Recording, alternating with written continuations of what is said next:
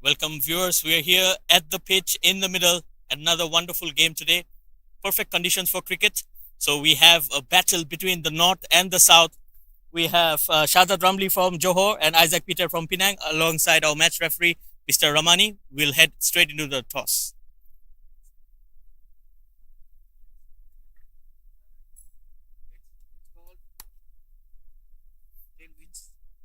So still, Shahzad, what's your decision? We got to bat first. We'll see the condition of the pitch. Very good for us. So what sort of a total will be ideal? Because it's a Super 6 game, a lot of pressure as well. We are looking same momentum that we have before this. We're looking for 10 runs for over, so we're looking for 200. And I'm sure that our boys will be prepared for this tournament, for the Super 6. And I saw you with the wicket keeping gloves as well. Tell us something about that. That one because of our main wicket keeper not here because of work. So I just try lah. Okay, good luck for the game. Thank you. So Peter, happy to bowl first. I wanted to bowl anyway. There is a bit dampness in the wicket, so just want to utilize it. So happy with the toss. No worries. Okay, and a wonderful win against Kuala Lumpur. We have seen some nail-biting match. I think the spirits will be very high in your dugout. Yes, true. Of course, when you beat a good side, which is like a hot favorite in the pool, so when you beat them, of course, it boosts your confidence level a lot. And what sort of a total will you be happy to chase? I think it's a good batting wicket. So it's good that when you have a target ahead and you know what how you want to play it. So anything 180, 190 would be good for us to chase down. Good luck for the game. Thank you so much. So the news from out here, Johor won the toss and they will be batting first.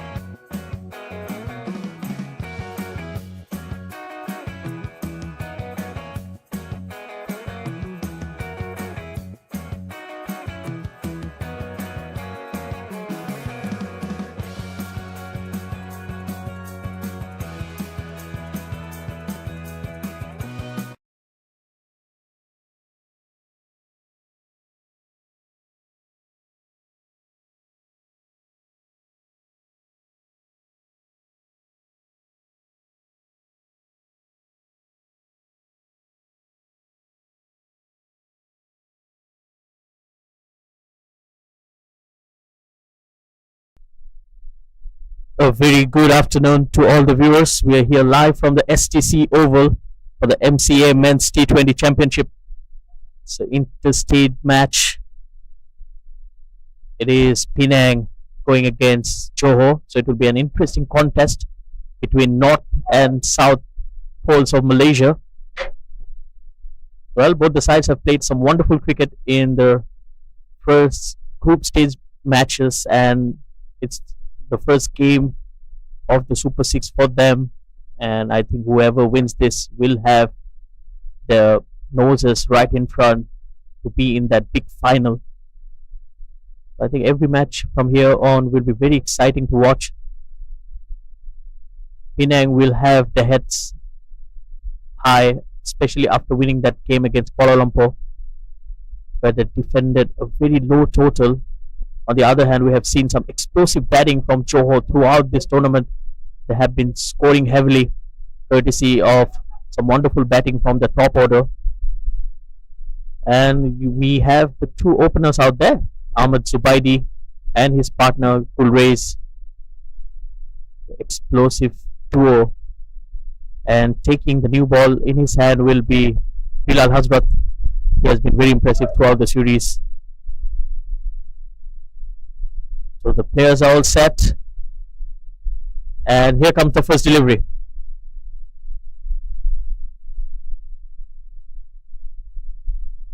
That will be wide down the leg side, and with that Johor gets off straight away. A wide to start with. Well, in a crucial game like this, I think the bowlers needs to be very careful with the approach and not to give away too many extras, because we have seen even the barest margins can cause the result of the game.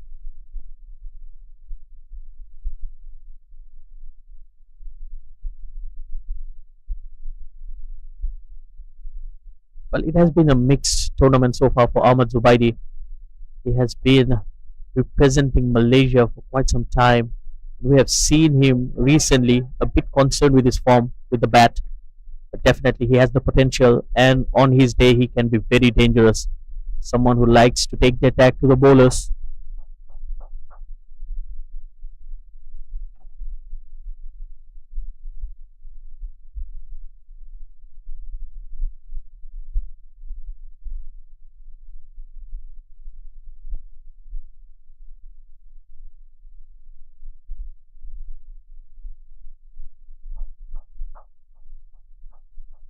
That was slightly short, trying to pull that away. Ahmed Zubaidi not getting any timing whatsoever. Again, the ball just hurrying on to him.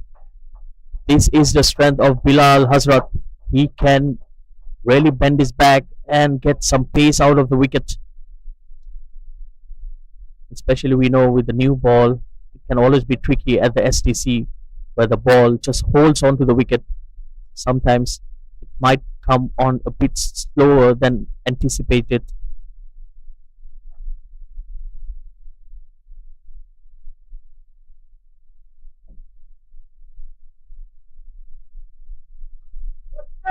And beautifully bowled, slightly back of line, pushing Ahmed Zubaidi onto the back foot.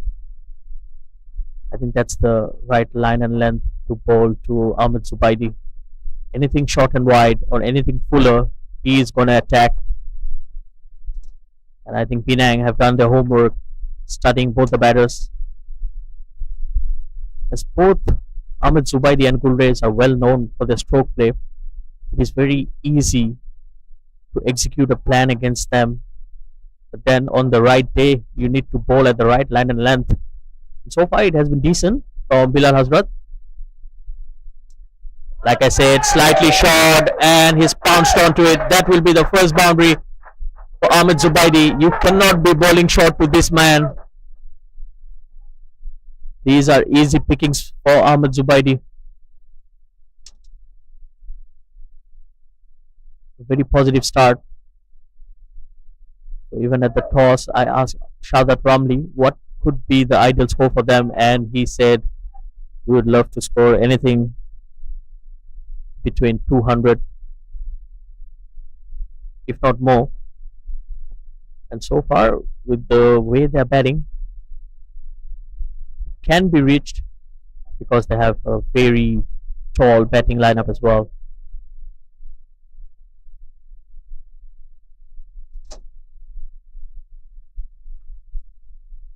Slightly back of length once again. Another good delivery. Well, there's a thin line between bowling short and bowling back of length. Sometimes you might just get carried away and bowl it a bit shorter in length, which can be dangerous, especially against these two. So very strong on the onside.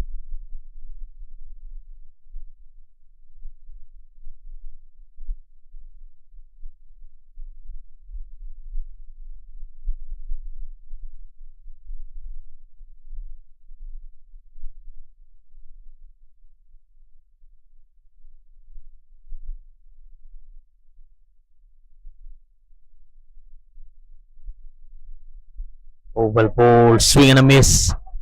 Again, that extra pace from Bilal Hazrat, just teasing Ahmed Zubaidi around the off stump.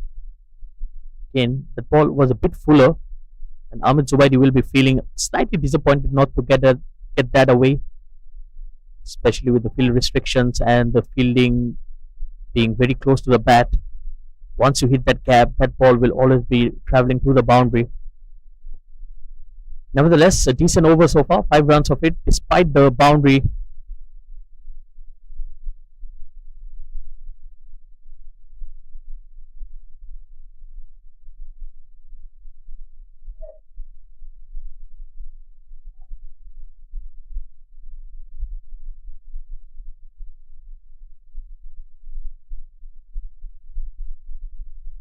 Last delivery coming up, and he's bowled him. He's cleaned him up. Went through the defenses of Ahmed Zubaidi, and what a beautiful delivery. Absolute pitch. Bilal Hazrat, you beauty. Look at that.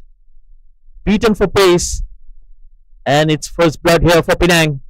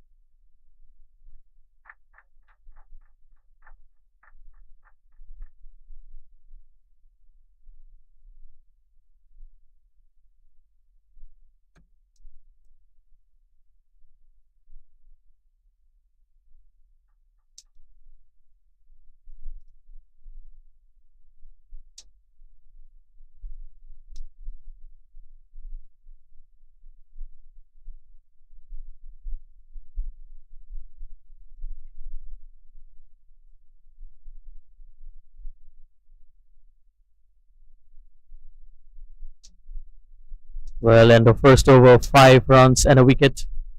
Very good start here for Penang. They have dismissed Ahmed Zubaidi. Now it's a new batter, Hassan Masood. Oh, some movement in the air. Good start here from Rakesh Kumar. Again, just gentle pace, but then if you can move the ball in the air and off the wicket as well, it's always going to be challenging for any batter.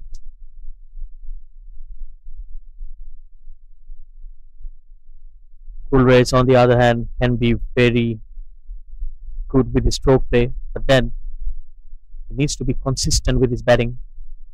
Good use of the feet, but again, that ball was bowled right into the block hole. Nothing much for him to play with. And I think it will be a good ploy having a left hand right hand combination going out there.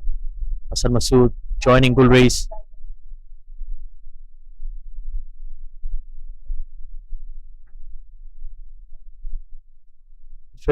Straight away, we can see the wicket keeper will be standing front to the medium pace bowler. Probably they have realized that the lack of pace and the intent shown by Gulrez be going down the track, and I think this is smart captaincy and smart wicket keeping as well. You need to be proactive and aware of the match situation.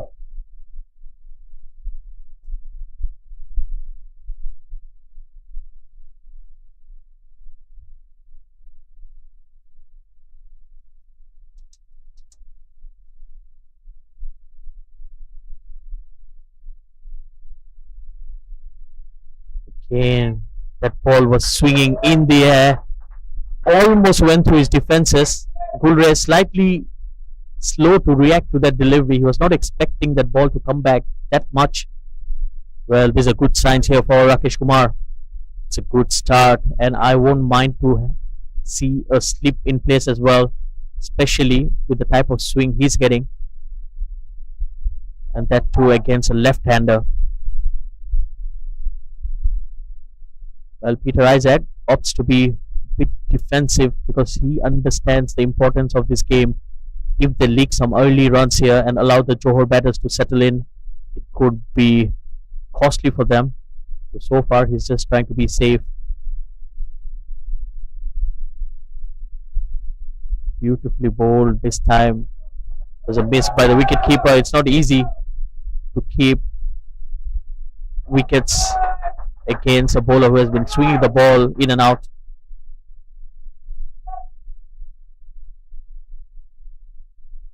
So 2 extra runs here for Johor.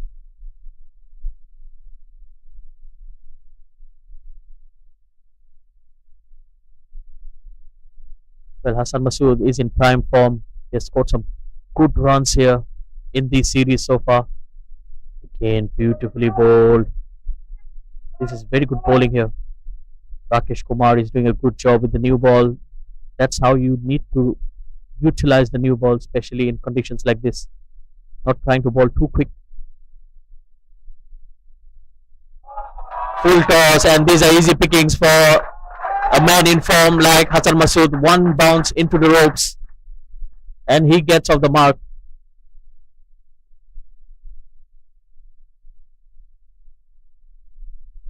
Well, end of over number 2. It's 12 for 1.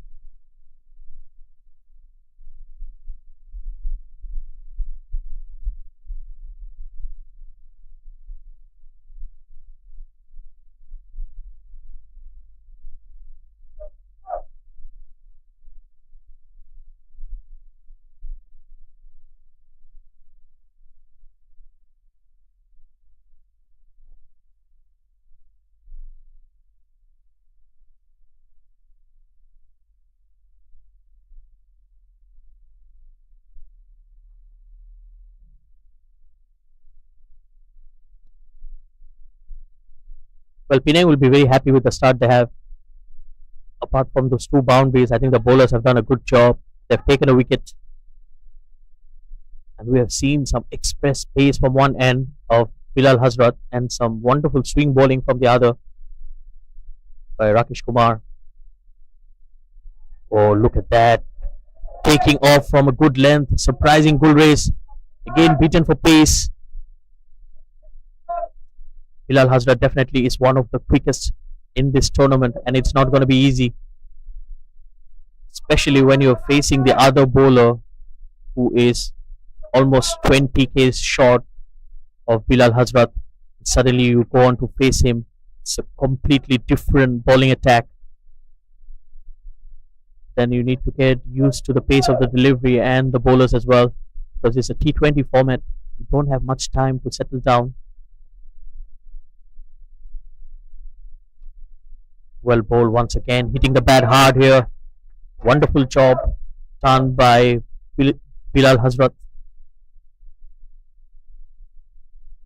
And I was very impressed with the captain of Penang, Peter Isaac.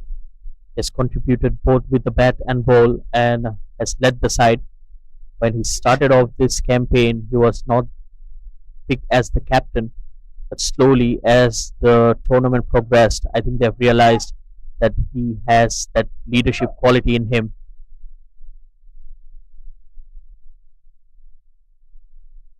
And I think we have to give it to the Penang management as well.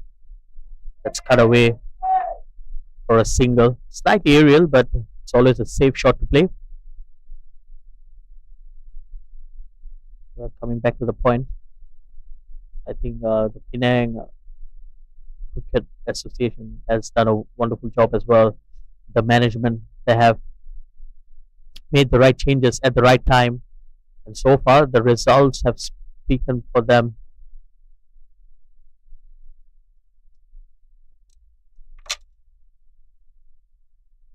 Well, now Bilal Hazrat You'll need to settle down because now it's a left-hander on strike. So that left-hand, right-hand combination can really unsettle the bowler and his line and length.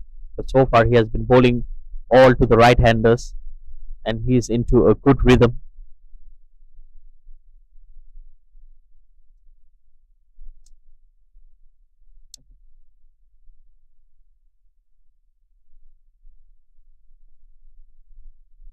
And with that delay, I would like to welcome my fellow commentator Amin into the com box. Hi Sid, thank you for having me. What a nice match. Johor versus Penang, Super 6. And 13 for 1, 2.3 overs. Hassan on 4 is in very good form in this game. What a lovely shot he's played. Excellent one. And Bilal is the number 1 bowler. He's been very consistent. He's just played a tournament and coming back. Look at that shot. Just flick of a wrist. The ball went to the boundary in a flash. I think he picked up the line and the length very quickly. That has been one of his features. Hassan Masood, he has a very good hand-eye coordination. So anything around his strength is gonna punish the bowlers, and that's exactly what we have seen so far. 2 deliveries on the onside board being dispatched for boundaries. Well, this time he goes the other way. It's a beautifully driven shot through the covers. Well, that was a shot of class. I mean, I am a big fan of Hassan Masood. I must say that, Sid, been watching him in this tournament. I just love his class. The front foot drives, the leg side flicks. He's a classy batter. and I'm also impressed with the ease he bats with. It's almost like effortless with his stroke play. He doesn't try to hit the ball too hard. At the same time, he times it well. So he's a good mixture of power and timing, something which we want to see in top order batters. And so far, he has done the job for Johor. Slightly short and cut away. This time it goes to the third man for a single. That was a lovely shot again by Hassan Masood. Sid mentioned he's a top class batter and he was facing against one of the top bowler. Bilal is not an easy bowler to face against, and he's been very consistent, a tall right and pacey bowler, but he scored a couple of boundaries. Like it's very easy one for him. Okay, 22 for 1 after 3 overs. Johor is slightly increasing their run rate. Yes, I think it will be very important for Johor to maintain a good run rate, especially going into those death overs. And also they need to ensure that they need to preserve those wickets as well. They cannot be throwing away the wickets, and at the same time they need to score runs. It's not going to be easy, but then the 10-run over from Bilal Hazrat surely will help, and this will help them even further. What a shot here. This time he goes for a 6. Excellent shot once again from Hassan Masood. The first ball is facing against Rakesh Kumar, the medium pacer, and he's gone for a 6. That too, like the same elegant he had, number 100 jersey. Nobody forgets this number in this tournament. Yes, definitely, and I'm sure he would love to score one here as well. Again, beautifully driven. He's looking very confident, and it sounds really good the moment it hits his bat. I can say something here, Sid. The youngsters watching this game can take note on Hassan Masood's batting. The way he lifts the bat, front foot forward, showing the full face of the bat. Everything is a textbook manual, perfect actually. Very good batter. Slightly fuller once again. That will be a single. Yes, you're absolutely right. I mean, and I think it's also the fact that he gets very close to the ball. I think that's one of the basics that you need to have in your technique. I definitely agree on that. And his coach will be very happy to see him play like this. He's a proud man today.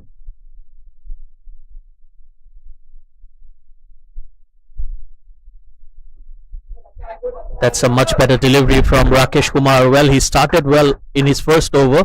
Slightly expensive in this 8 runs so far. We have seen a 10-run over in the last over as well. I think it's the right time that Johor is trying to accelerate and change gears here. What a lovely shot this one. Again, the classic batter gone for another four. There's a couple of boundaries already in this over. Fantastic one. Again, it was flicked off the pads. Nothing wrong with the delivery. It's just a wonderful shot from Hassan Masood once again. And this is a good intent shown by both the batters. Well, Gulrez has been very watchful with his approach. Usually he's someone who likes to take on the bowlers. He has been very careful with his stroke play, playing on 3 of 7, where Hassan Masood had other ideas. 24 of 10. He is taking the attack.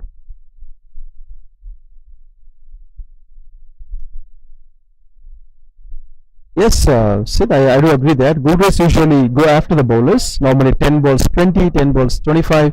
This kind of a batter. Now it's the reverse one we are seeing. Hassan is taking the driver's seat now. 11 balls 24, which is 200 plus strike rate.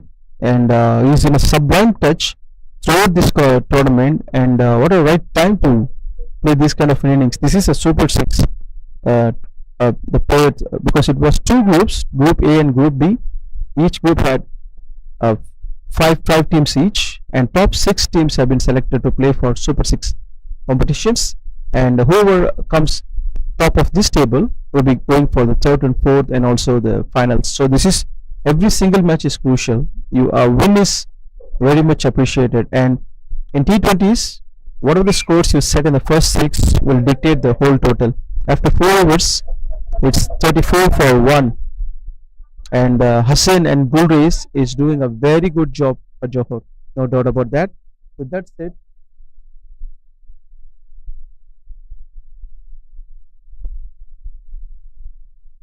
Vishwaruban is going to bowl his first over. Looks like a spinner for me, number 1.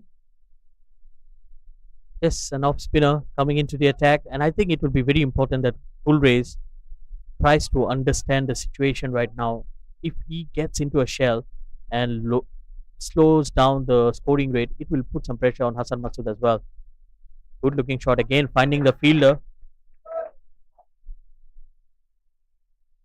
He won't restrict himself. Gulrez see the ball, hit the ball. That's kind of a batter. Anything on his arc, 100%, he'll go after it. Again, very good bowling. He's not allowing Gulrez to open his arms. That's the good thing. As a spinner, if you can bowl flat and push the batter onto the back foot with a field that's very packed on the offside, I think this is very good bowling.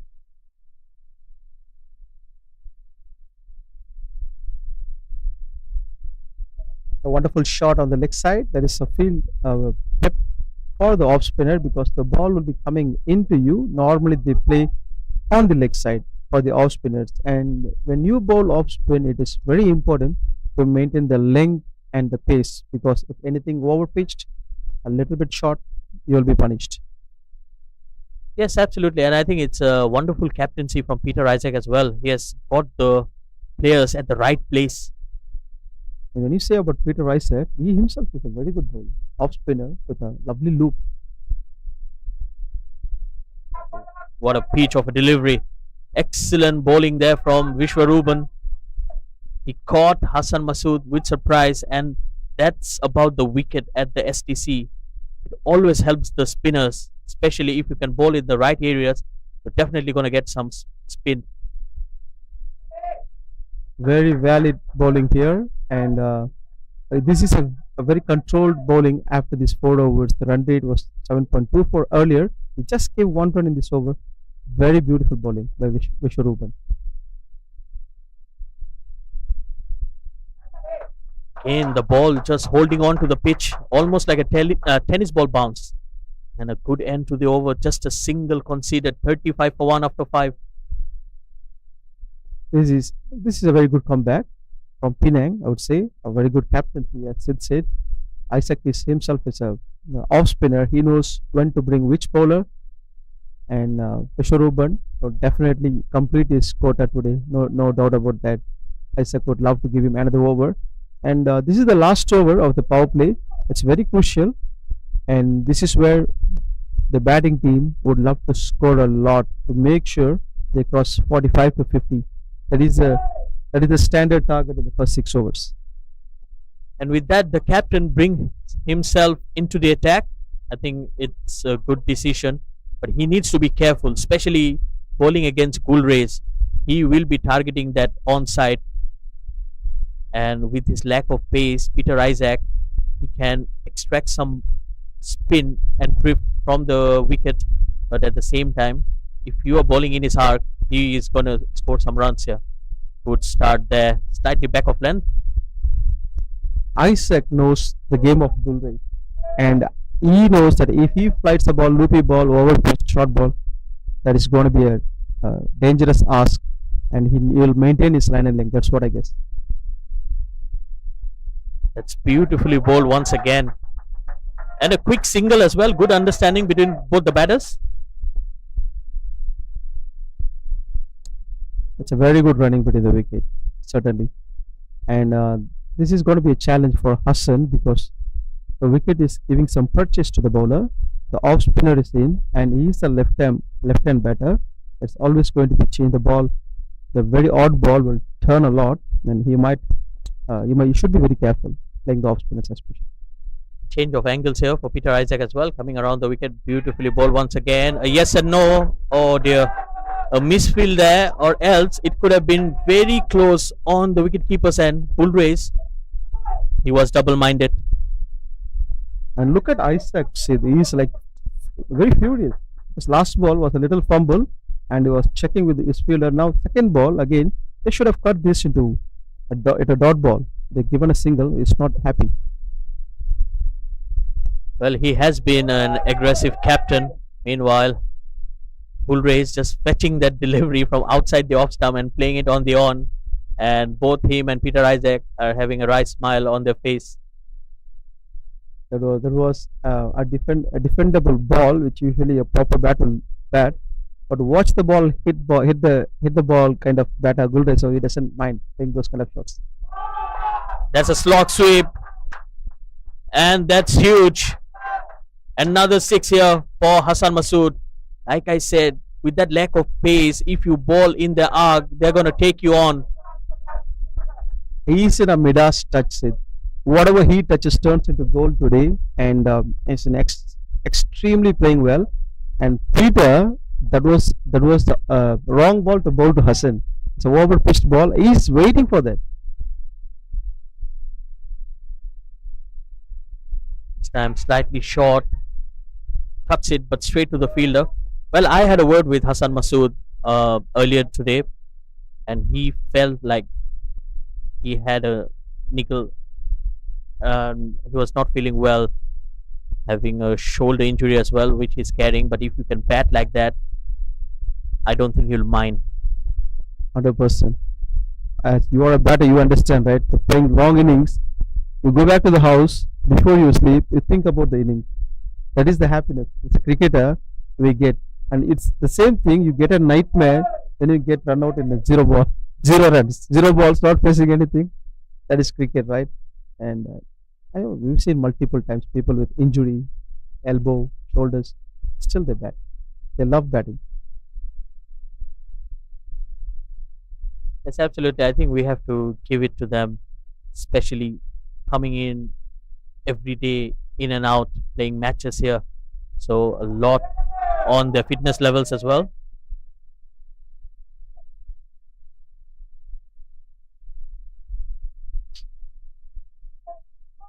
And some of the days the weather is extremely hot. They still push themselves in the hot weather and score those runs for their team, and tells volumes about the players' attitude. That is very important in cricket. You need to adjust yourself to multiple situations and scenarios, even the weather conditions. That's a part and parcel of cricket. Actually. Yes, absolutely. We're happy to be in the com box. It's much more pleasant here. Well, that's a wide down the leg side, and that might run away for a boundary. Yes, it does. That's 5 extra runs. Well, it's not going to help Penang. The bowlers were doing a good job till now, and then that wide delivery, wicketkeeper couldn't do much about that. That's certainly not a pleasant feeling for Peter Isaac. Wide and five. No captain likes that, and this releases the pressure to the batting team, and they say thank you so much. Yes, and with that, the 50 is up for Johor as well. 50 for one. They will be happy. They have reached there in just 6 overs. This is the standard target. So we were discussing about 45 to 50 is a very good target in the 6 overs. Oh, that was close. Very close to the stumps. Hassan Masood just trying to play that big swing on the onside once again. And straight away, you can see he's trying to adjust. And he's someone who learns really quick. And I'm sure he's going to adjust his shots for the next delivery. Slightly short, cut away. A yes and no, direct hit. And it could have been curtains for Gulrez. Better throw there. It would have really put Gulrez under some pressure. Heart in the mouth situation for Gulrez. Always. He's just started rotating strike and he's getting into groove. Run out, he doesn't want to get run out in these kind of situations. 51 for 1 is a solid foundation for Johor to reach at least 150 to 170 score. And with that said, Vishwaruban is like doing amazing job for Penang, pulling the strings back. But Amin Bhai, I think it's those dot deliveries that's putting the pressure on him to create that urgency for himself. 15 balls he has faced, only scored 7 runs. Very unlikely of him. He's someone who likes to play aggressive cricket, and we have not seen that side of Gulrez today. They have a strategy against Gulrez. They're not giving anything loose. That's what I've been watching. The bowlers are not giving loose deliveries. Most of them are a length delivery, but turns quickly, and also the changing the pace of the ball. So that makes Gulrez. And in a good day, Gulrez can do some improvisation, but he is not batting comfortably today. So he's playing to the ball. So I hope he'll come back. Probably a couple of sixes from him will. He can match the ball to his runs. And with that, Vishwaruban completed 2 overs, just 8 runs given, 51 for 1 Johor. They have a very solid foundation to move towards the 150, 170 target. Well, I mean, in a partnership like this, when Hassan Masood is batting on 32 of 20, I think it's almost like a crime the way Gulrez is batting, because it doesn't help the partnership as well with those dot deliveries. Peter Isaac to continue. Again, a slog sweep. It's even bigger, even longer, but the same results here. I'll tell you something. Hassan is playing in a different planet altogether. This is not an easy pitch. Look at the way other batters are batting. For example, Gulrez. But Hassan is making it so simple because he's waiting for the opportunity. If it is given, within a flash, he is reacting to that. Amazing batting, given the pitch condition. Is doing superb job for his team. Well, that mighty blow also brings up the 50 partnership between the two. Much better delivery, Peter Isaac. He's someone who likes to bowl within his strength. Doesn't like to do too many fancy attempts. Oh, that's got that! And he gets the big fisher. The captain of Penang, Peter Isaac, getting the important wicket of Hassan Masood. This is a big blow, certainly. The man who's been dealing in boundaries and sixes is out by the Penang captain, and he is a smart bowler. Look at that, flighted outside the off stump. The bounce was there, extremely foxed, and Hassan is out. 38 of 23. He did his job, if you ask me. Perfect batting under the power play. 57 for 2 after 7.3. Full credit goes to. Well, I mean, by every time we say something, the players always makes us look wrong. I've just mentioned that Peter Isaac is someone who doesn't like to do too many fancy things, and there goes that delivery which he bowled behind the umpire to really hurry Hassan Masood to play that shot. That was something out of the box, and I think it's also good presence of mind being a captain and a player himself, I think he was just trying to do something different, and it paid off for him. He's just that's the right point. Sid. He's just come from T10 game actually. In T10 game, you need to be like very quick in your reaction time and your presence of mind, think on your feet. All these things plays a crucial role. So I think he's transforming the T10 foxings into this T20 game. I believe those things he did in T10 actually in the recent times. Yes, absolutely. I think as a captain and as a player, you need to get used to the playing conditions, and you need to make those changes very quickly. So it will be Shahzad Ramli, the captain of Johor, confident man. We have seen him bat, we have seen him bowl, and I have seen him with the wicket keeping gloves as well. So someone who can do everything, and I think his team will need him right now to play an impactful innings here. One of the top rated T20 player in Malaysian cricket circuit. I would vouch that. He is such a player. He will not come and whack you from the ball number one. He takes his own time. But once he's set, kept his eye on the ball, done for the day.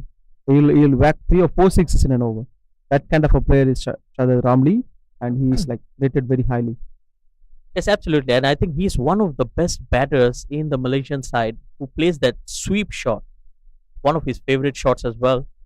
Someone who executes it to perfection. That's cut away. A good looking shot there.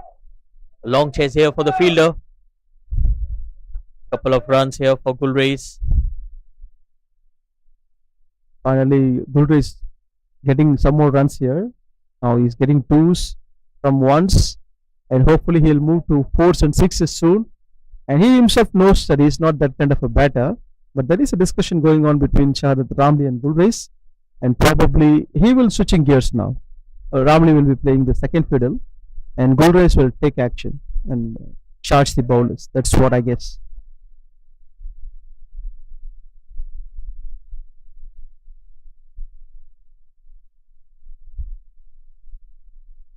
Eight overs done, 64 to Johor, and Vishwarupan is back as we expected. I think he'll be completing his 4 overs quota.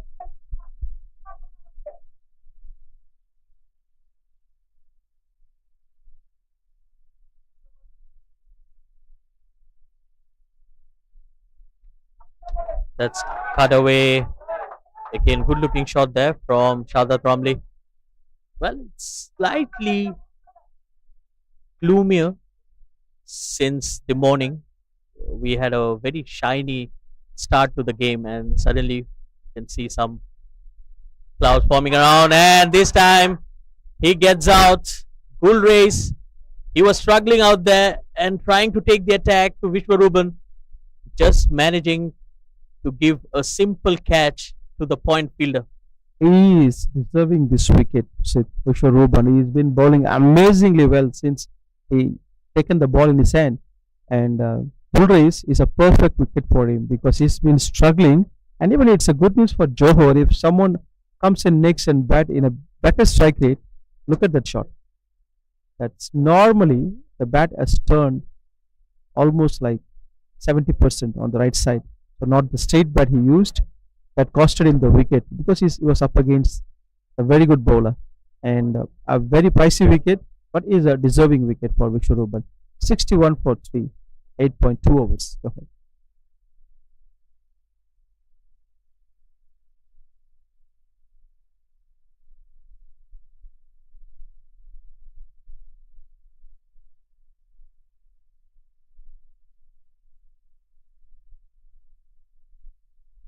Well, in walks another stylish left-handed batter, Amir Azim. Well, he has been a wonderful ambassador of Malaysian cricket as well. Someone who can bat well, who can bowl well, and probably one of the best fielders in the Malaysian circuit. Well, he has walked into bat in a time where Johor are actually under some pressure. 61 for 3. They have lost a couple of wickets in quick succession. That's a big appeal. Probably just taking the inside edge of the bat. There was a big noise there. He's been bowling exceptionally well. Vishwarupan is taunting the batters, and he has been bowling to the top class batters. Trust me. and he's making them uncomfortable. Such a quality he's having. Oh, that's out. What a way to get his wicket. Back to back wickets. That is amazing bowling. Amir Azim is out. Well, what a way to get out without troubling the scorers. Amir Azim not having a good run here at the MCA Men's T20 Championship. And with that, Johor have lost the 4th wicket only in a matter of couple of overs. Let's have a look at that once again. A nothing shot, no timing whatsoever, and one of the simplest catches you can expect as a fielder. And this is too early to play that shot. And secondly, you are up against one of the top bowlers from their side, and that was not a good shot selection, I would say, because the sweep, the length should be a little bit overpitched, not maybe a little length with less bounce. But this ball bounced a bit higher than he expected. That costed him the wicket. He didn't get any timing, and also he got a leading edge.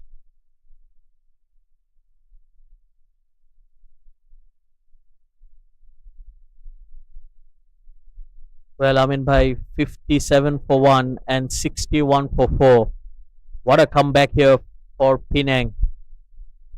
Wonderful comeback, especially courtesy of those two spinners who came into ball at a time when the batters were attacking and scoring quick runs.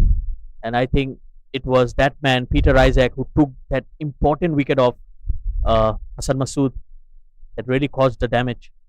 You're right, Sid, and it also gives us a message that it's not easy to take on the off spinners. It's not that easy. If you are bowling in a good areas, it's still challenging.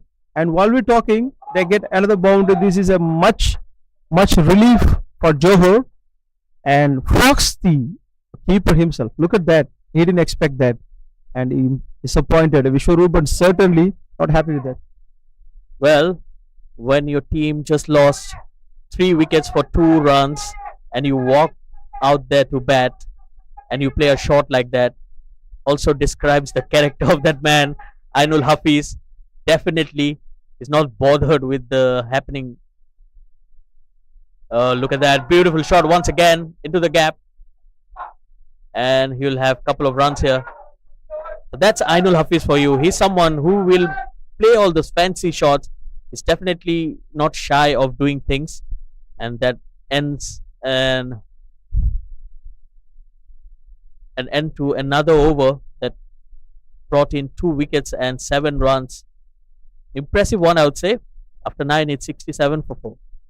It's this session goes to Penang, no doubt about that, and whole credit goes to Vishwaruban and also Peter Isaac, who brought the game back to Penang.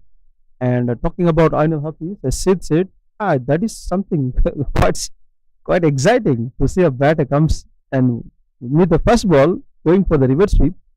Shows the character, and you need this kind of character in T20 formats actually, because you don't worry about the number of wickets fall down.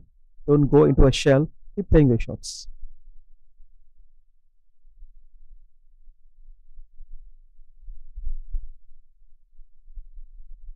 Well, Penang well and truly back into the game. You can see some. Oh, that's a full toss. That's played into the gap.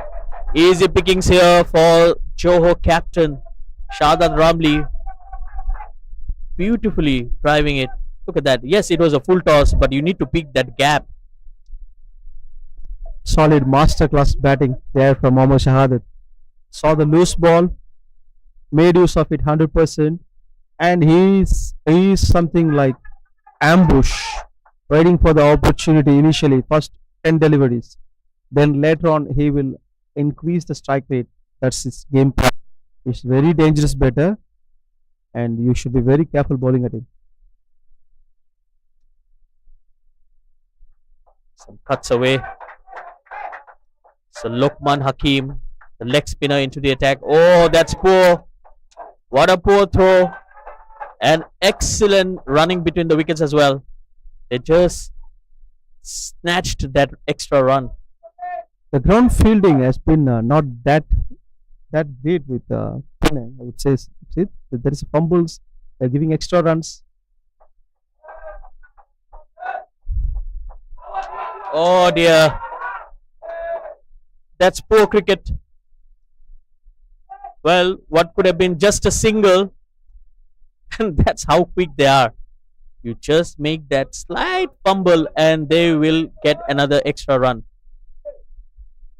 They swap the crease in a second.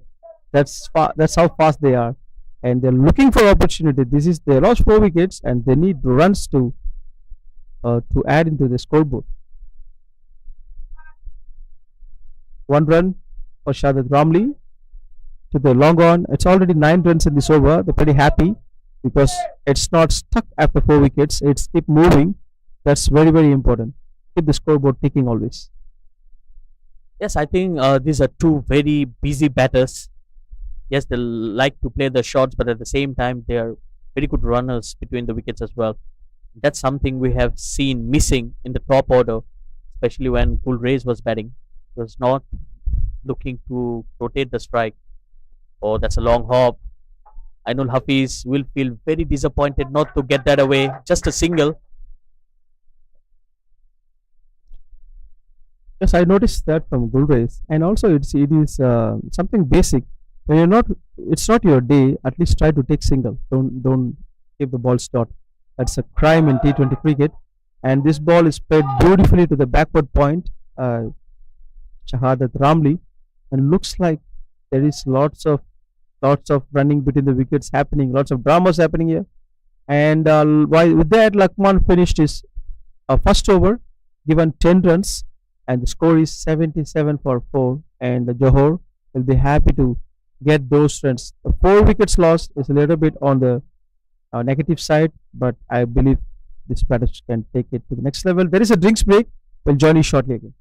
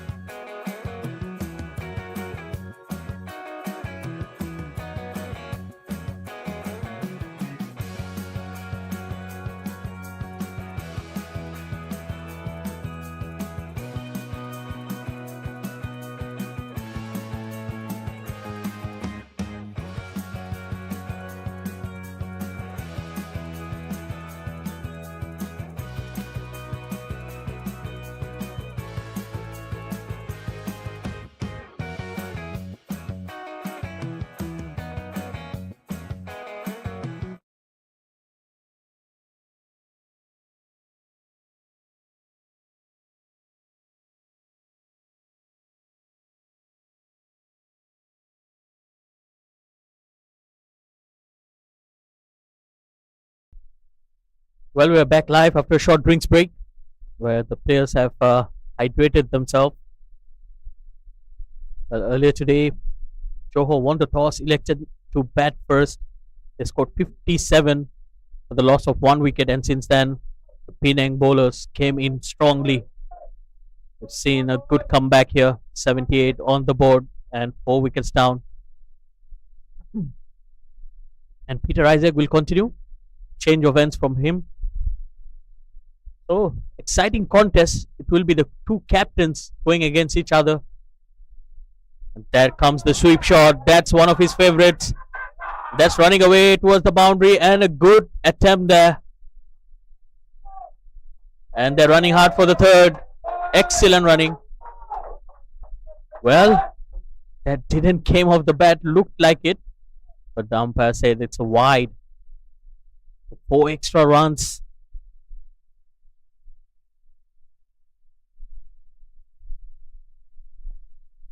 That's Johor is very happy to get those 4 runs.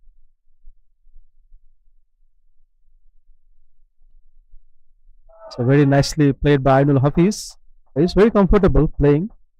3 balls, 7 runs. No wasting time here. They know the game plan. They know the batting strength of Penang as well. So they need to put a lot of runs on the board so that they can defend very comfortably. The plan is very good. Oh, what a nice delivery that is from Peter. Usually Peter has a huge turn. Ball turns square. When he bowls, that one was the epitome of his bowling. Fantastic length and just given respect. Shahadat didn't do anything on that. Look at that shot. That is massive. That's what he can do. Shahadat Ramli. Pure skill, pure power. Well, take nothing away from the timing as well. Beautiful timing again. Not trying to hit the ball too hard. Still had the strength and the timing to take that away. And whenever Peter bowled that over pitch delivery, it's been disappearing on the ground. And he should focus on not bowling those deliveries to contain those runs. He's been giving sixes consistently in all his overs. And this is the third over his bowling. Look at the economy he's been in. It's 29 for 1, a bit on the higher side. That is quite unusual for Peter. Well, I mean, by being very critical as he always does. Well, he's someone who can concede runs at times, but then you also have to give him the credit for getting the wicket of Hassan Masood. If not, Johor would have been in a much better situation right now. Agree to the point, Sid. No doubt about that. That is a big fish.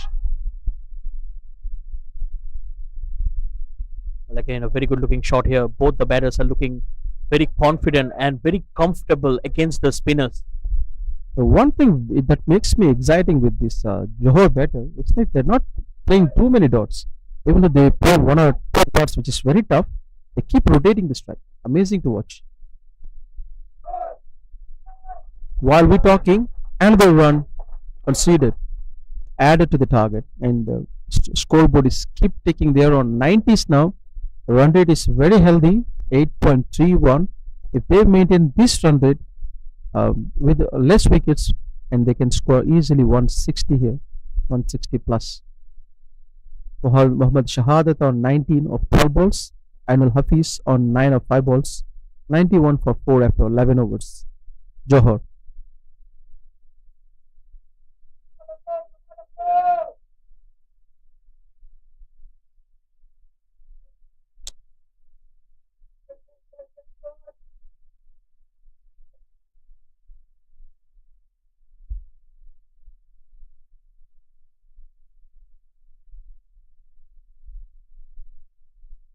Well, a good partnership being formed here. 30 of 14 deliveries.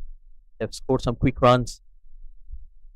And I think it's very important for Johor that this pair continues to bat for at least another 5 overs to get to that big total. I do feel the same, Sid. Look at that shot. It's going straight. And while we're talking that, it is the curse from the combox again. One more time. What's happening, Sid? We should be very stable in the comments. What do you think? Well, we can only talk about it. It's the players who needs to play, and that's how Ainul Hafiz bats. If it's there in his arc, he will go for his shots. This time, just getting the lower end of the bat and a wonderful catch from the substitute fielder Rajkumar Rajendran, who is not into the playing 11. Another surprise for me. And this is a losing a wicket at a crucial time. Not a good news for Johor, if you ask me. And it's all about Shahadat today. Now he needs to stick with the rest of the batters. Make sure he stays there until end to put a nice total on the board. And on the other side, Penang would love to get his wicket, and they'll be very happy if they do that because they can put the score down at least by 20 to 25 runs down if they take Shahadat Ramli out of the equation. While we're talking, Mohammad Fitri, a left-arm orthodox and also a nice batter, is joining Shahadat. He's an experienced candidate.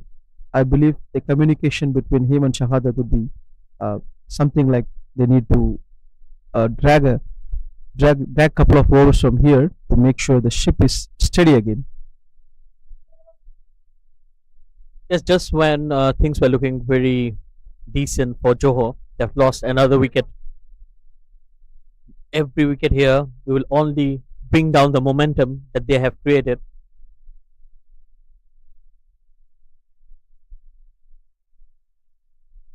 And the 1 for 5, suddenly the scoreboard looks worrisome. 100 is still okay, but the wicket column doesn't look good.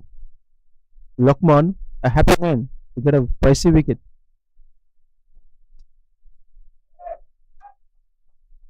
Easy single for Fitri. That's what needed for this situation.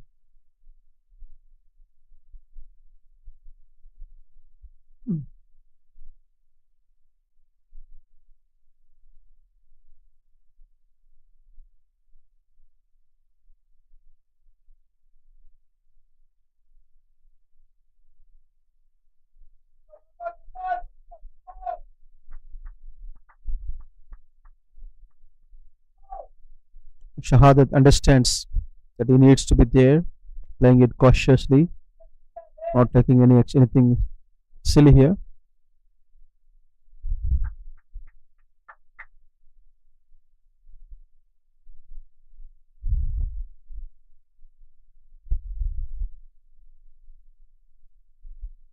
Very nicely played. I love his footwork, going deep on the back foot. Played it to the mid wicket, one run taken, and there is a fumble again from the keeper.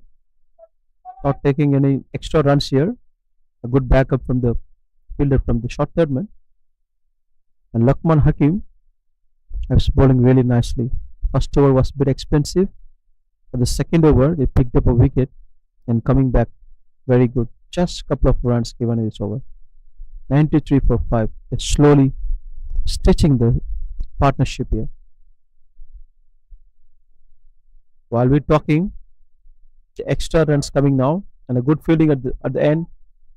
On the leg side, wide and 2 runs. It's 3 runs added to the total, and a ball needs to be bowled again. Well, the extras has been one of the concerns for Penang. They've already conceded 15. We're only into the 12th over. So Prithvi Shams will be on strike. Full toss, heaved away on the onside. But there's protection out there. The captain, Peter Isaac, keeping it down to just a single. Well, I think that has been one of the key points for Penang. Every time we have seen them going down and out, they fight back. Even that match against KL, just defending 100 odd runs and then still winning the game. And even the first match where they chased down 187 in just 14 or 15 overs. It shows that they're one team that's not going down without a fight, especially being one of the most young and inexperienced side in this tournament. They don't have any superstar or any Malaysian national cricketers in their side, but yet they're fighting it out there. And I think we have to give a big shout out to the Malaysian Cricket Association for arranging such a wonderful tournament and allow these youngsters to come in and showcase their talent. What a wonderful piece of information you shared. See, that is something like really interesting. This is called a warrior spirit. You say that one. The Australian team has this. Even they score 100, 50, 70, they don't look like they lose the game. They fight until the last spot. They fight until they score the winning. That is something interesting to see that Penang has that kind of a quality without having big names in their side. Super special and love to watch these kind of games. So glad that we're sitting at the com box and witnessing these matches. Thanking again MCA for arranging these kind of tournaments. Big opportunity for the youngsters. And Lukman, while we're talking, Lukman has been bowling really, really well.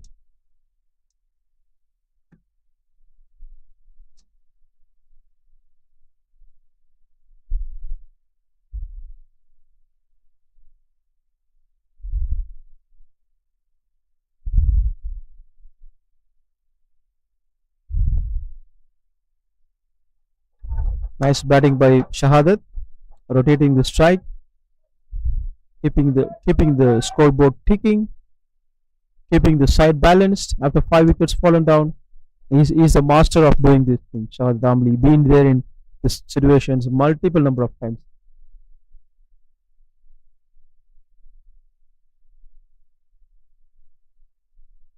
Yes, I think as a captain, he needs to step in and lead from the front. He's got the start, batting on 22. The job is not done yet. Another full toss. Well, excellent fielding once again in the covers. It's that man once again, the captain of Penang, Peter Isaac. 99 on the board. Last delivery coming up. And beautifully bowled. Just slowing down the pace of the delivery. I beg your pardon, one more delivery to go in this over. As predicted, Vishwaruban is completing his quota. Last ball of this 4 over spell, just 16 runs given. A ball very nice on to complete. Just 1 run given in this over. What a bowler! He's really put the brakes on Johor's batting. 99 for 5. They haven't touched the 100 yet. Will be most probably they'll do it in the next over. 13 overs done. They have exactly 7 overs left. The run rate is still over 7.5, and they'll be looking to increase the tempo in the next over. And Mohammad Shahadat, very sensible batting, 18 balls 22. He'll be looking for opportunities. Happy that Vishwaruban has completed the overs. It's been very tough, and he'll be waiting for other opportunities from this over. 14th over. Edmund Jivaraj Savari is a new bowler for Penang.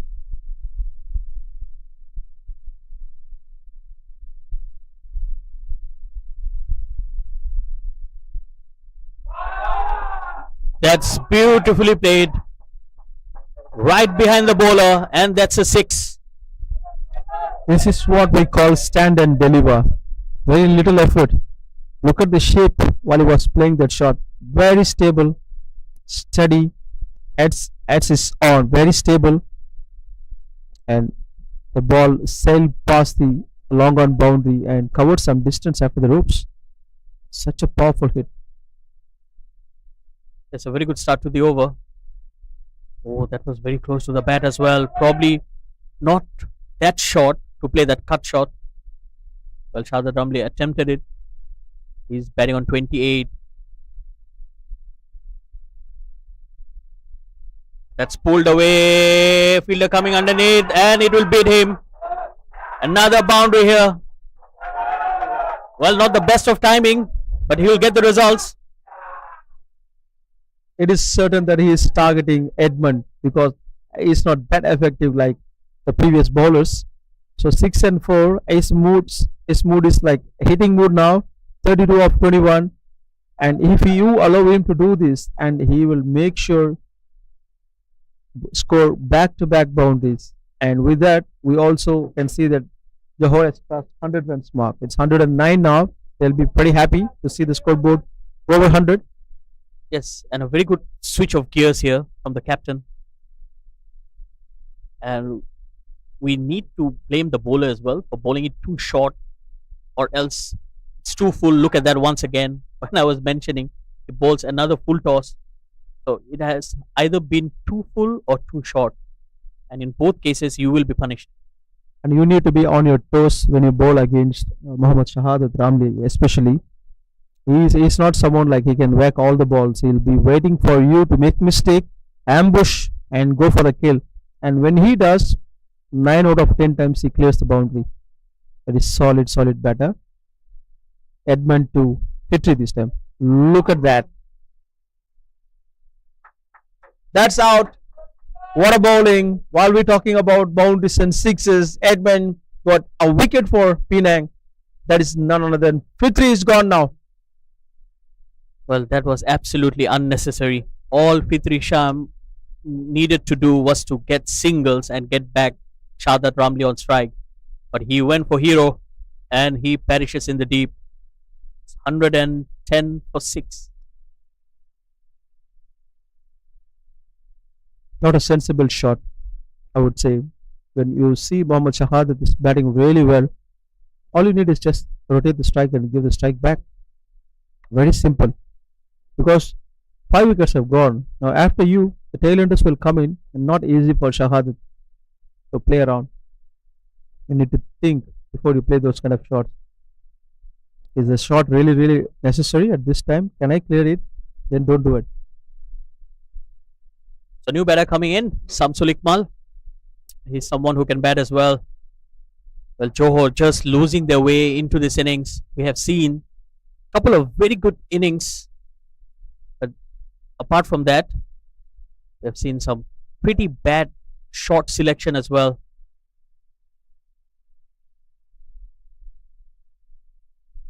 Samsul Iqmal will face his first delivery now. Well bowled, much better on that occasion, 110 for 6. A rough start for Edmund, but he finished it in style. That wicket gave him some confidence and also some boost for a Penang. They keep coming at you whenever you hit sixes and fours. They'll come back and get you a wicket. They're not allowing you to score freely. They're not giving you the momentum. If you ask me, if they restrict you under 150 or 160, it's purely because of the bowling and attitude. 14 overs done, 110 for 6. Johor, Iqmal Samshul, and Mohammad Shahadat is at the crease. Well, again, good captaincy here from Peter Isaac. He's bringing in his pace bowlers, probably his best option, which is Bilal Hazrat. Time for some express pace. I think he realizes that if they can get the wicket of Shahadat Ramli here, they will be favourites going into the second innings. Very good thought process. Very good thinking. Peter Isaac here. I wish he had a slip for the new batter. It would be much better for Bilal's express pace. That beaten for pace. That's what we were talking about. That express pace, that X factor that he brings in with the team. Bilal Hazrat has been very impressive throughout the series, bowling in with a lot of pace and just that extra fraction of a second quicker than the other bowlers, which doesn't allow the batters to settle in. And even a set batter like Shahadat Ramli, who's batting on 33, not being able to face that heat from him. Here comes the second delivery. He's steaming in once again. He goes up and over. Beautiful looking shot there from the captain of Johor. Right over the cover fielder. Played inside out. It was right up there in his slot. I really like the way he stands and moves towards the off stump. Slightly open shoulders, and before the release of the ball, he's moving towards the off stump and gets some momentum and to the shots. And this one was absolutely fantastic shot. Bilal just scored over pitch delivery. He made use of that 100%. Perfectly nice. Good shot from Shahadat. under pressure. There's a good contest between bat and ball here. Oh, beautifully bowled once again. That was a screamer. One of the best ball of the day, I would say, from Bilal. Easily the best bowler from Penang's side. Got loads of experience and tall and pretty. And he is troubling the well-set batter Shahadat. Imagine how Samsul Iqbal will face Bilal. Probably that was the idea, but so far, Shadad Ramli has done a good job by being on the strike. So he understands the situation with all his experience and all. I think he pretty much is aware of what is the thought process of the opponents as well. That's a no ball, and that's flat batted. That's a flat six. A wonderful shot here once again from Shahzad Ramli. And a free hit after this. Well, that has been given for a boundary. Look to be flat. Oh no, the umpire just changes his signal. It's a six. And beautiful timing again. He bats like a machine. Sid. Whenever he sees the ball under his on the arc, he's going after it like a machine, batting machine. He is absolutely a divine batter. Very pleasant to watch from the home box. Indeed, 26 balls, 43. He looked very easy on the eyes, but whatever the shots he's playing is absolutely classy shots. Yes, absolutely. I think these are good cricketing shots. There's nothing wrong about that delivery. Then it's just the way he played. The free hit, he went for the pull. That's in the air, and the three fielders converging on it. And it will be a couple of runs here. Shahzad Ramli making the full use of it once again.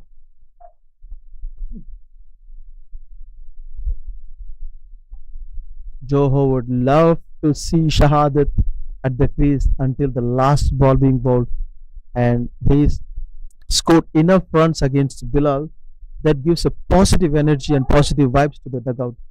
And for the rest of the bowlers, it's already they are under pressure. They see is smacking Bilal. What they can do, this is like something like taking advantage and breaking the opponent's mindset. That comes from experience. Yes, absolutely. I think he has taken the ball on. Oh, good bouncer. A sharp bouncer there. Well, it has been given a wide, but I won't mind that wide because definitely that's testing the batter. That's what he said. He was standing tall while he was playing that shot. Ball was going after his over his head. Easy decision for the leg umpire. The main umpire saw the leg umpire's decision and given that as wide. The bowler was not happy. That's quite usual. Every bowler, when he bowls a wide, is not happy. That's the psychological way, isn't it? You're never happy to concede 3 runs. But like I said, I won't mind that. It's always good with that express pace if you can ask some questions to the batter. Much fuller, beautifully flicked away on the onside. They're running hard, but it will only be a single. Not a bad time to take single set because one ball left. You can bet only one ball. Iqbal can survive this ball. Then again, Shahzad Ramli with bat in the next over. That's a good choice. Well, Bilal Hazrat will be manifesting a wicket here, especially with Samsul Iqbal on strike. He will be attacking the stumps and will be fancying a wicket here. One last delivery. Oh, almost went through, and just to make things worse, it's gone for a boundary as well. Well, we have seen it all. Wonderful delivery, taking the edge, and the fielder, he was not aware of what happened. The easy boundary here. I would say Sid, he would be happy to receive Yorkers than the bouncers. I'm sure he'll be very happy. At least he survived this over. Feeling elated, scoring a boundary as well in Bilal's over. 15 overs done, 129 for 6. 500 is perfect for Johor to set a target for Penang. Bilal, 34 runs in 3 overs, pretty expensive, but unusual. 1 wicket picked up. Apart from that, all Penang need is another couple of wickets to put a break on Johor's run scoring. Well, I mean, by 18 runs of that over, can you imagine a bowler like Bilal Hazrat taken on, and he conceded 18 runs. This will put the pressure back on Penang. So we have seen another shift of momentum here, and it will be a change in the bowling as well. Rakesh Kumar comes back in. Well, he was very impressive with the new ball. He was getting the ball to move in the air, and he definitely troubled the batters up the order. It's a very good choice from Isaac to bring the top two bowlers for the attack, because he badly needs some Shahadat's Ramli's wicket here. And look at that shot. No, I think he missed it. So the ball was asking for punishment, but he completely missed it. Rakesh Kumar is playing around with batter's mind. He knows that Shahadat is the main wicket, but he wants to take Iqbal's wicket to put more pressure on the scoring board. Yes, I think all Samsul Iqbal needs to do right now will be singles. But he goes aerial and just beating the cover fielder. They're running hard for the second and comfortably making it.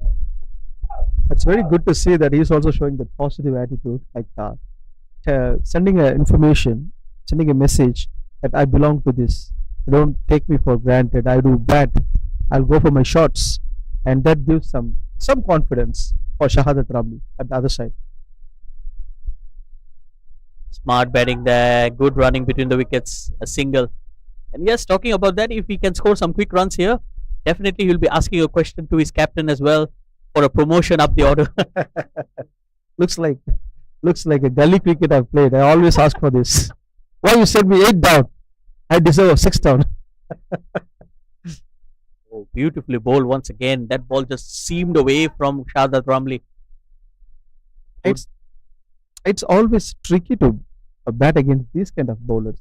Even the express ones, if you nick it will go for a boundary. But these kind of bowlers, they'll confuse you. Look at the swing and the length is maintaining. And trying to bring the ball back into the right hander. But like I said, he was very convincing with the new ball. But once the ball gets old, you won't get the similar kind of swing, and which definitely was missing. Nevertheless, a good over comes to an end. 5 runs of it after 16 is 134 for 6. A very good over from Rakesh Kumar. I think he's maintaining the old ball as well. Compared to Bilal's over is much better. A bit relief for Penang as well. But we are at the business end of the first innings. The last 4 overs is going to be all guns blazing from Shahadat Ramli. That's for sure. They'll be waiting for this moment. Well, I mean, by the question here will be, who will be bowling those last 4 overs? Because Peter Isaac doesn't have too many options apart from himself, Bilal Hazrat, 1 over each, and he will need to have 2 more overs from someone else. Rakesh has one. Actually. Well, with that, Peter Isaac brings himself on. Well, it's a brave decision, especially with the way Shahadat Ramli is going on. Who's batting on 48 now. Slightly short and wide, cut away for a single. 100%. It's a brave effort. Seeing how good Shahadat Ramli is batting, and the off spinner is coming in, Peter is coming in. Hats off to him. But I think it also shows the character of the man. That sometimes you might have an off day, but then you need to believe in your skills and come back harder at the batters. And he definitely has the potential. And if he can produce a wicket in here, it will be wonderful for Penang. Well, slog sweep in the air, almost. Oh dear, a drop catch there from Rajkumar Rajendran. Like I said, almost creating that opportunity, almost had that wicket. And that's where the grades are formed in the game. Exactly. That was wonderful. Try from Apu, Rajkumar. Good bowling from Peter as well. Again, short and wide, cut away, and that will be the 50 for the captain, Shahadat Ramli. A wonderful knock, and he raises his bat. And he has batted with a lot of courage and a lot of heart. Take a bow, Shahzad Ramli. I never forgot his inning. One of the games, he got cramp when he was on 10, and with one leg, he scored a half century and won a game for his team. He is simply a brave heart, Shahzad Ramli, big-hearted player. That will be a wide. One of the rare occasions where we have seen Peter Isaac trying a bit too much, I guess. I think he understands the importance of a wicket here. But then you need to keep to your basics. Slightly short and it's pulled away into the gap. Just a single. Shahzad Ramli will take that. He would want to face more of Peter Isaac. Calm during storm. That is Peter Isaac.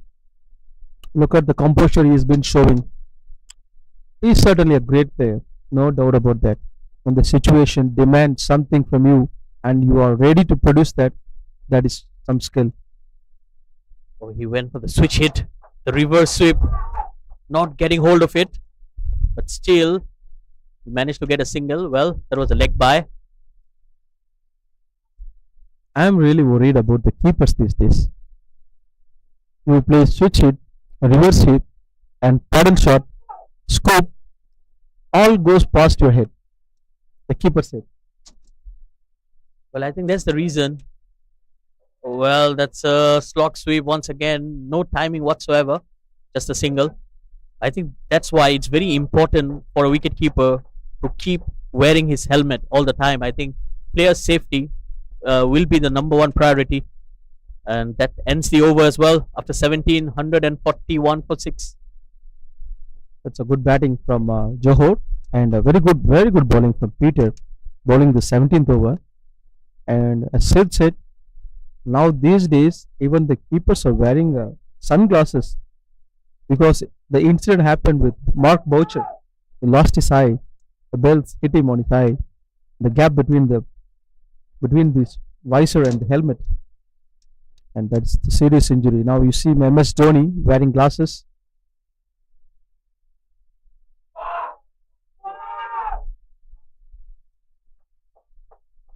Couple of runs there. Well, Samsul Iqbal is oozing in confidence right now. He's trying to go after the bowlers, trying to help his captain score some quick runs here. We're already into the business end of the innings.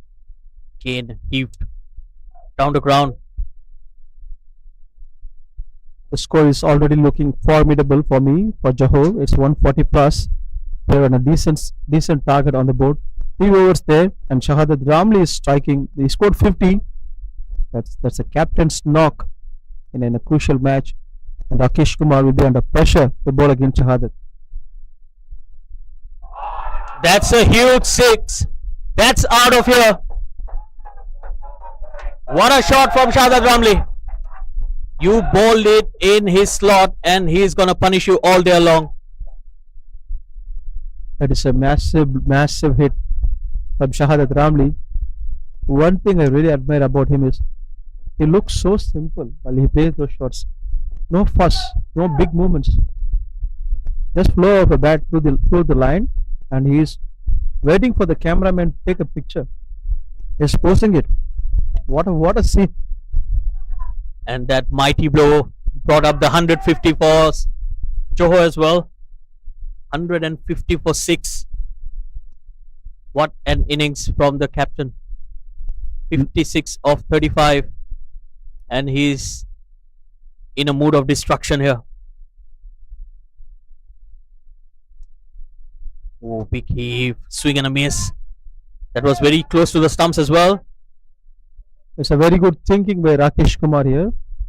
He's taking the ball away from Shahzad Ramli. It's been coming in. He was preparing for that shot.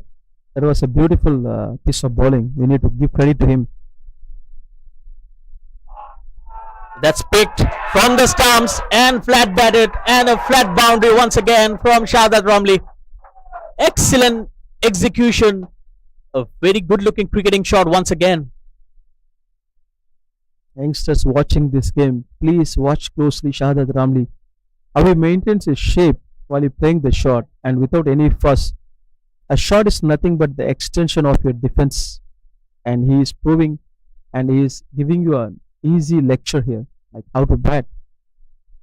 Slow delivery, smart bowling here. He got the edge and smart running as well. Snatched another single here. Well, Rakesh Kumar has been expensive today. You certainly don't want to bowl against Shahadat Ramli, and that's for sure. Rakesh Kumar, I had no chance. I had to face this reality. 155 for 6, all because of that 61 from Muhammad Shahadat, and that too when the situation was not to his advantage. That is the greatness of the top batters, the great batters. We say 2 overs left. We all know that Bilal has 1 over, and 1 over certainly he will be another bowler has to bowl because most of them completed the quota, and Isaac cannot bowl. And now here comes the off spinner Edmund Jivaraj. Well, the penultimate over, and I think they will be targeting Edmund because these 6 deliveries will hold the key to this innings. And Shadad Ramli will be taking the strike. And he goes for his ball, and that's humongous. That has left the ground, and that has went for another postcode. Look at the cheers from the dugouts. Shouting, they know that this is gonna be a carnage, and he is gonna kill Edmund today. He's on a hunt. He saw a deer, and he is the lion now. Well, what a way to start the over. And as expected, they are taking on Edmund. Here comes the next delivery. This time he goes short, and that's aerial, and that will clear the field as well. Another 6 back-to-back sixes. Shahad Ramli, you beauty. The crowd is elated. The dugout is jumping and dancing for all the sixes he's hitting. 167 for 6. Such a nice target on board in the 18.2 overs. The only man who is really scary now is Edmund Jivaraj. Well, 2 out of 2. Can it be a hat trick? Will he go for it? Yes, he went for it, but this time he got a top edge. There's a fielder coming underneath, and a wonderful catch there. And with that, a brilliant innings of the captain Shahad Ramli comes to an end. He needs to take that long walk back to the dugout. But mind you, what an innings here from the captain. Edmund would have been playing all his god to make sure the fielder is catching that ball. That is a costly catch. Edmund is a relieved man now. Hope somebody comes in and not whacking him. Well, what an innings here from Shahad Ramli. I believe his team will be very proud. He will be proud. And his state, Johor, will be proud of him as well. Look at the expressions from Shahadat Ramli. I noticed that he is not happy. The thing is, he wants to dare until the last ball, and he know that he missed a couple of sixes in this over, and that time, and he is not happy himself. But we are all happy for him. Excellent batting. Well, absolutely. He knew that he had a job in his hand, and he has not finished the business. Well, the ball was there to be hit. It's just that he tried to hit it too hard and caught the top edge. But then we can't take anything away from that batter. Wonderful knock from the Johor captain. Lucky escape for Edmund. Not the third, sixth went. Good one from him. He'll be happy to bowl to the new batter. That's another experienced campaigner, Shazrul Izzat, who walked into bat. Took a single of the very first delivery. Well, Johor would have been eyeing 190 at least with Shahad Ramli out there. Well, that wicket has just changed the tides once again. Again, pulled away on the onside, just a single. That's a pretty sensible bowling by Edmund. After that couple of sixes, is maintaining that composure. It's not anything giving loosener to the batters. So he's maintaining that 1-1 run after that 6-6. Play down the ground once again. Good looking shot, but Penang won't mind the singles here. That's the end of the 19th. It's 170 for 7. A better relief, a better relief for Peter Isaac, seeing that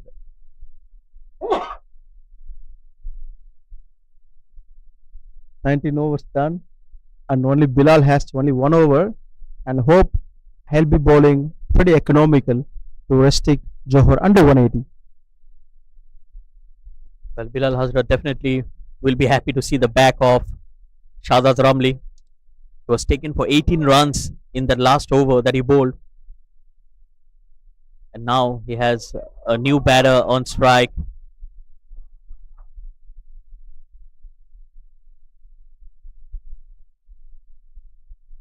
Again, just when Johor were getting away, Penang delivered, taking a wicket. Now they're into the tail as well. Only 3 wickets left, 6 legal deliveries. What should be the score here, Amin Bhai? They'll be looking for 180. That's my guess, because I presume at least one leading edge will go for a boundary. Well, here comes Bilal Hazrat. He's heaved away on the onside. They're running hard, but that will only be a single. Rajkumar Rajendran, definitely one of the better fielders in the side. If you were a captain, would you place someone just fine behind the keeper for him? Well, I think there is a third man in place, which is pretty fine. So I think the field setting is okay for my likings. And here comes another delivery here. Short, and that will be a wide.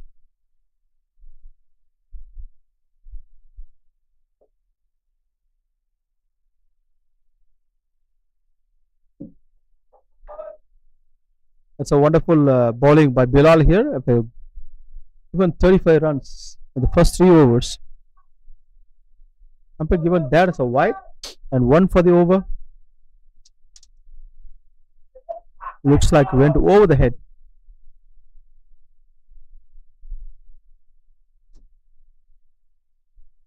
Clean bowled, cleaned him up.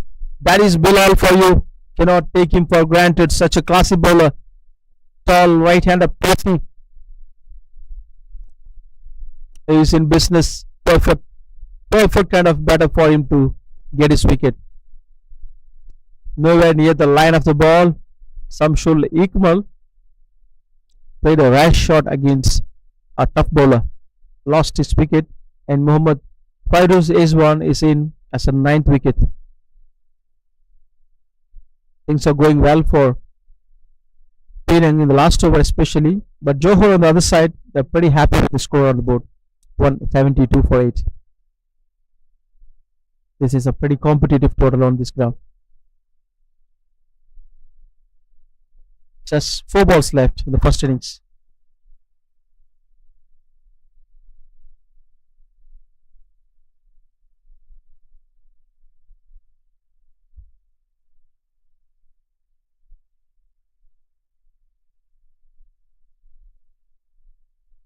A good shot. Very good shot on the offside.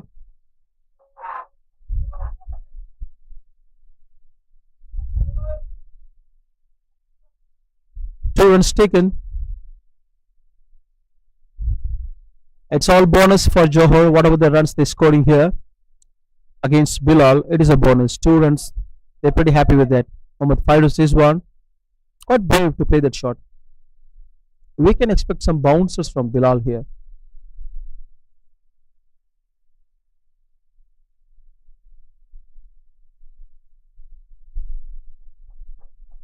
Asking for out.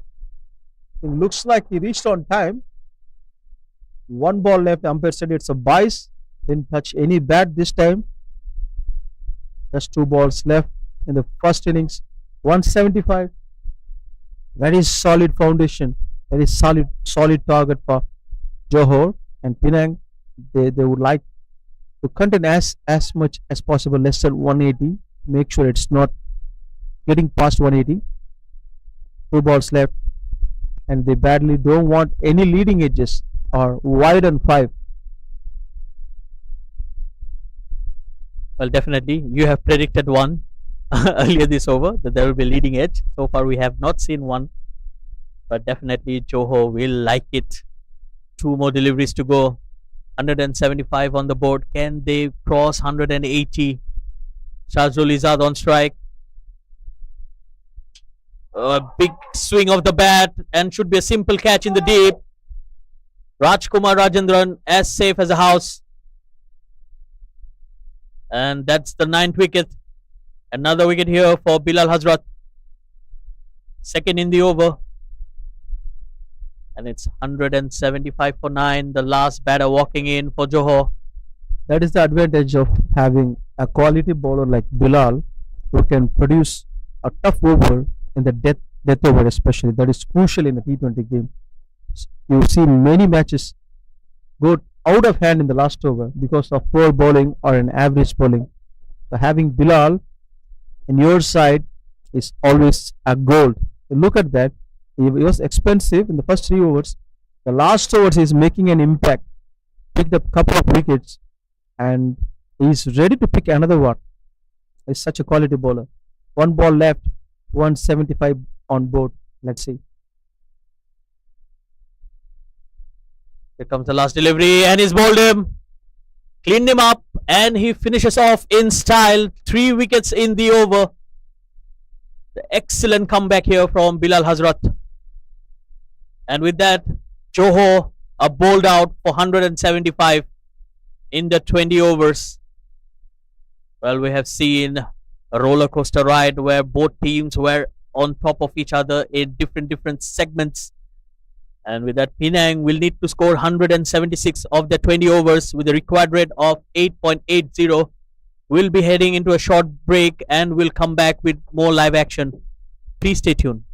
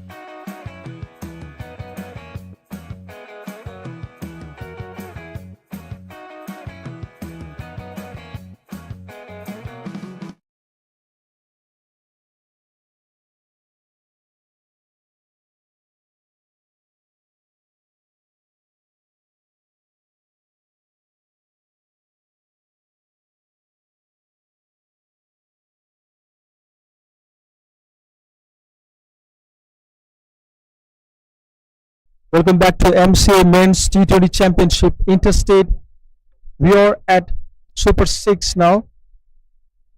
There are 10 teams playing in this competition. Today's match is between Johor and Penang for the first Super 6 game of the total 9 games in the next 2 days, including today 3 days.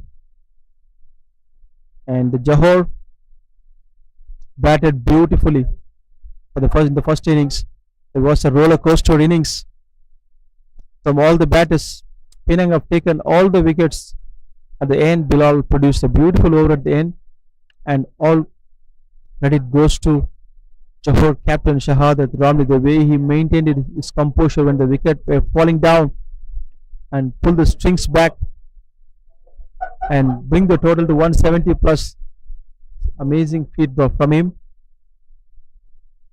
And here comes the top bowler from Johor to start with.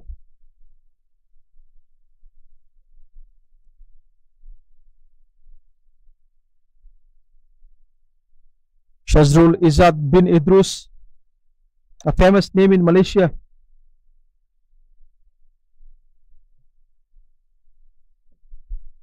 He is a top wicket taker in T20 International for Malaysia. Picked up 7 wickets in a game. First ball, an in swinger. Look at that. Outside the line, and Peter is facing. Is an aggressive bat.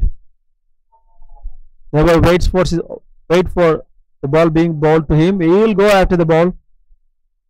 If he is set, he'll go big guns. He'll score big runs without any fuss. Two big names are facing each other.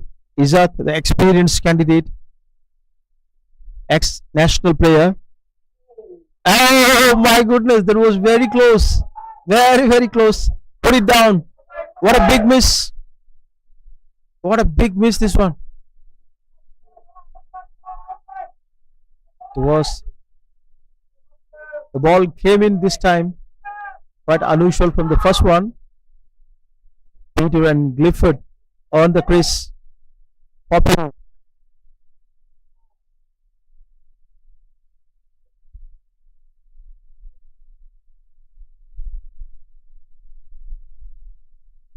Two good deliveries. Look at that shot. That is a vacant area. That is Peter for you. It's marching. Oh, what a fielding at the end. Excellent one by Amir Azim.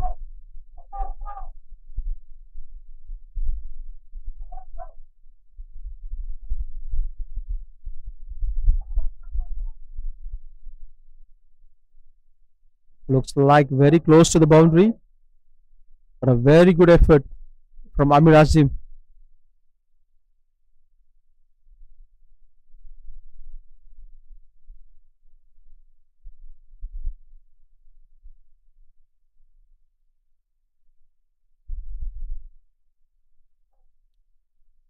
Wonderful piece of batting from Peter this time.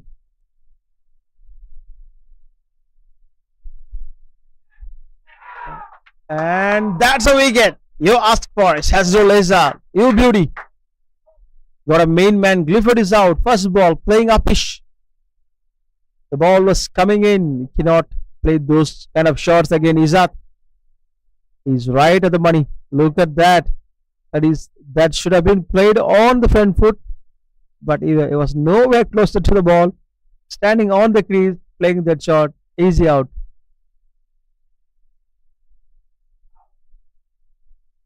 A very good start for Penang here.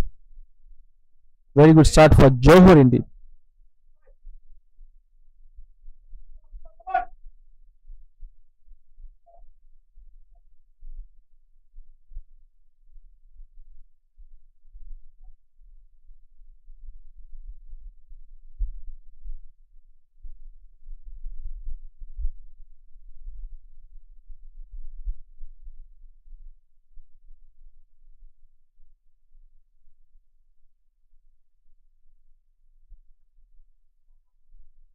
Mushtaq, the top name from Penang, is a new batter.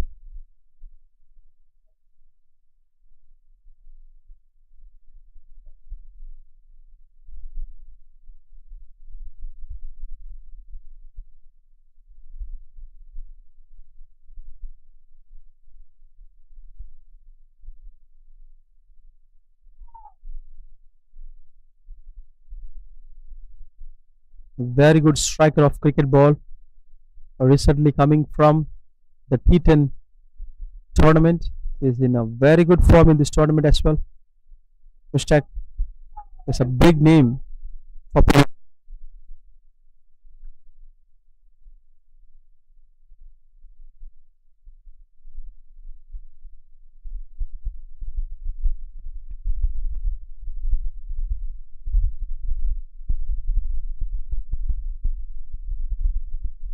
Nice bowling from Shazrul Izzat.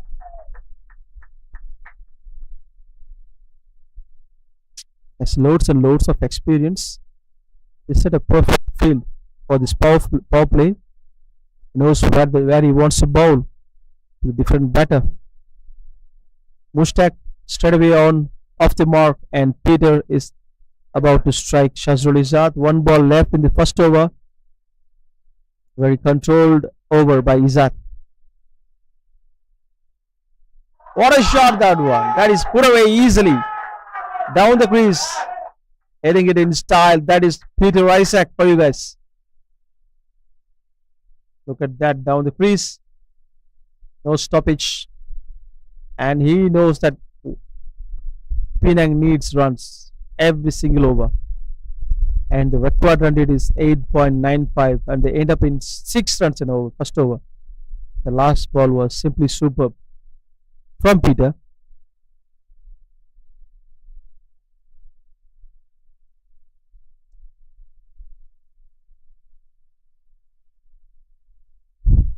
They are banking on the spinners now.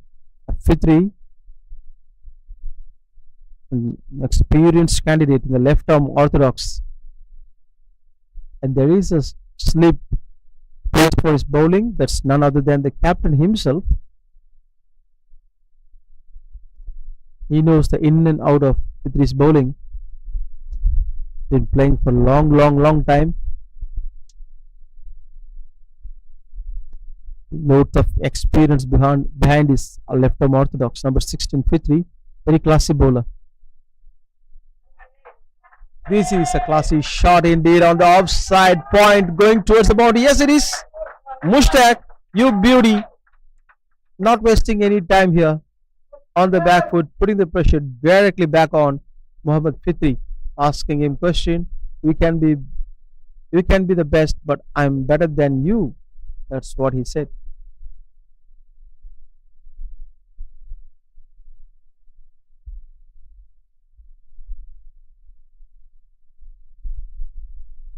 What a good shot, and that goes up. Someone calls it for a catch, and an easy one. Second wicket goes, and that's a big fish for Johor. What a comeback from this experienced man, Fitri.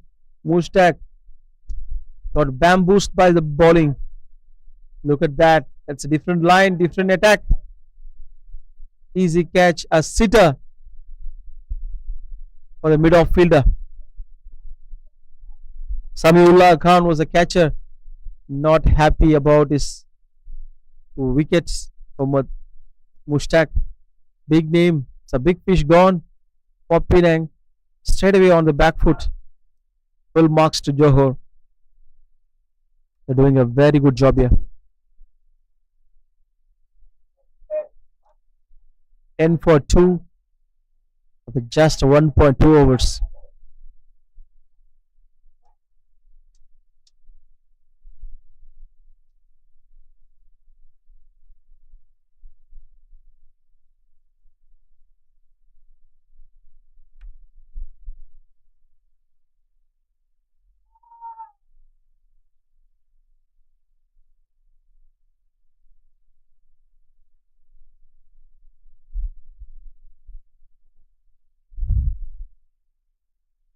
It's a two different lines being bowled by Mohammad Fitri. That shows experience. He bowled one outside the off stump, short of a length, and beautifully cut by Mushtaq. And second ball, he brings the ball back in from the middle stump, and he went for a 6 and completely misjudged the line. Went up and got out. Superb bowling. Very safely played by Rakesh Kumar.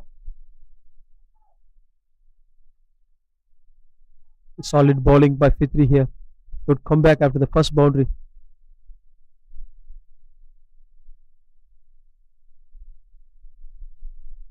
Good shot. Nobody can stop this time. A boundary again. That was an easy ball to hit. Over pitched on the offside. Just stand there, wait there, and just play towards the line. That's an easy one. I would say it's a bad ball to Rakesh Kumar.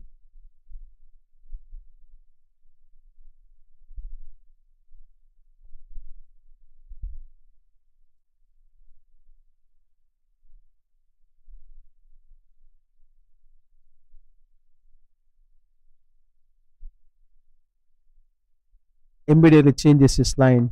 A better line from Fitri. From outside off, the ball goes in back to the batter. Cautiously played him. Very nice batting. This is masterclass batting. Boundary again. 3 boundaries came in this over. A happy team Penang after losing 2 wickets. The run rate is very solid. They reached 9 now in 2 overs, and asking rate is just below 9. Things are going well for Penang apart from losing wickets.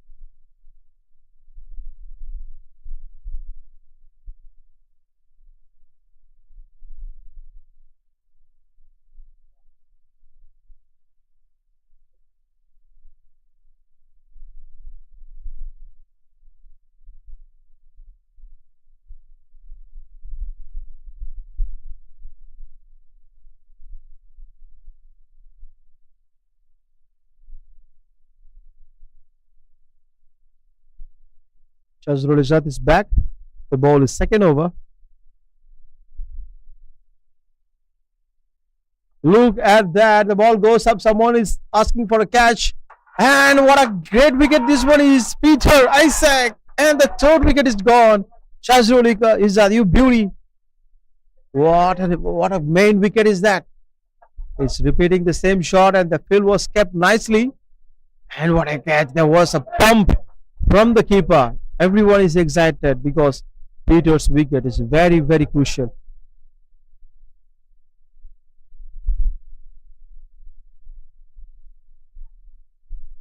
Penang under trouble, certainly. Chasing 175.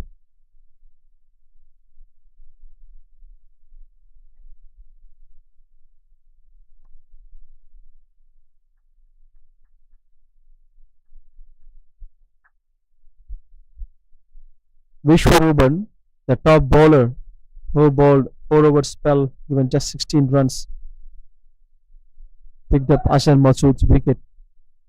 He's back. He is going to bat with Rakesh Kumar.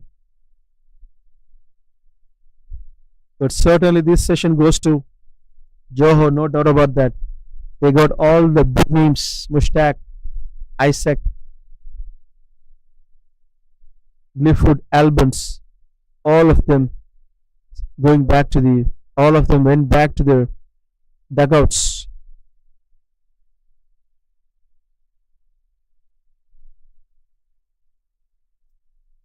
Experience matters. Shazrul Izzat, experience. They're very tough to handle when the ball is swinging too much. Asking for out. Yes, it is. Yorker length. Back-to-back wickets. What an over. Shazrul Izzat, the champion bowler, looks like he's repeating the record he set once, 7 wickets in a match. Now he's already gotten 3 in his 1.2 overs. He has another 2 plus overs left. Looks like he is looking very, very dangerous today. Vishwaruban, first ball, that was a peach of a delivery, best delivery of the day. Yorker, look at that, swinging Yorker. No way you can play that shot there. Only you can defend that. Shahadat Ramli is extremely happy to see 4 wickets down for Penang under 3 overs while chasing 175. The match is almost done. Isaac Kumar is going to face Shazrul Izzat, and it is going to be the toughest task for him because the ball is swinging from left to right, and you are going to face him first ball. That's not an easy task.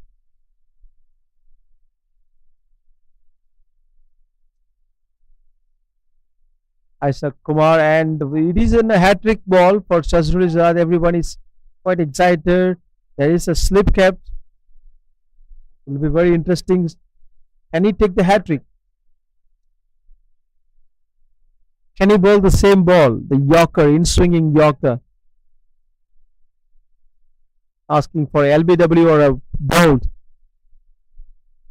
Everyone is thrilled. Third ball, hat-trick ball.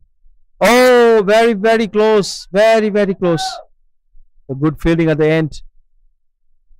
Almost gotten a wicket. Inside edge. Very close to the stumps. Just missed. Masterpiece. Master class bowling by Shazrul Izatia. Look at that. Just 1.3 overs. 7 runs given and 3 wickets picked up. It done the damage for Penang already and is left with another 2 overs.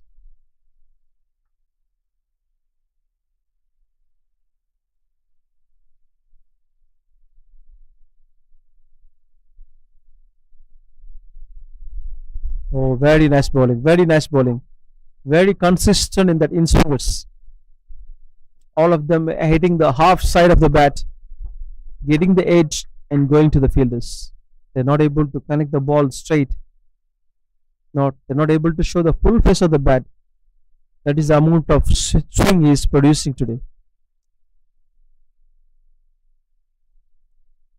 So the slip is waiting for the. It's none other than the captain himself waiting in the slip.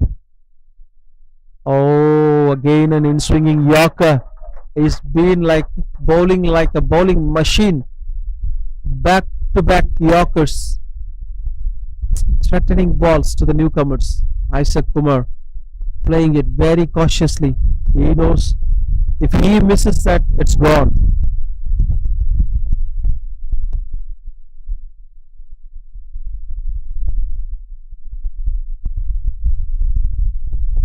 Last ball. Good shot and the ball goes up and a 6 runs. This is massive shot. Good one from Isaac Kumar.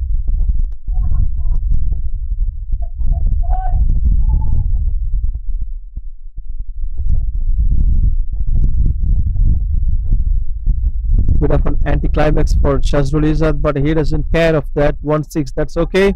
But he got in 2 wickets. That is very important.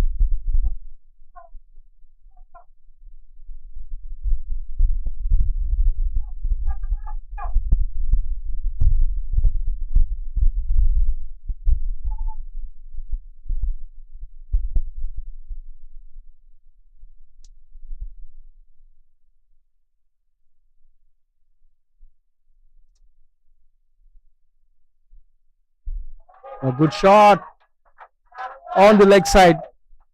Following that 6, it's a boundary from Rakesh Kumar this time. 6 and 4 comes quickly for Penang. That adds some value to the scoreboard. 30-4.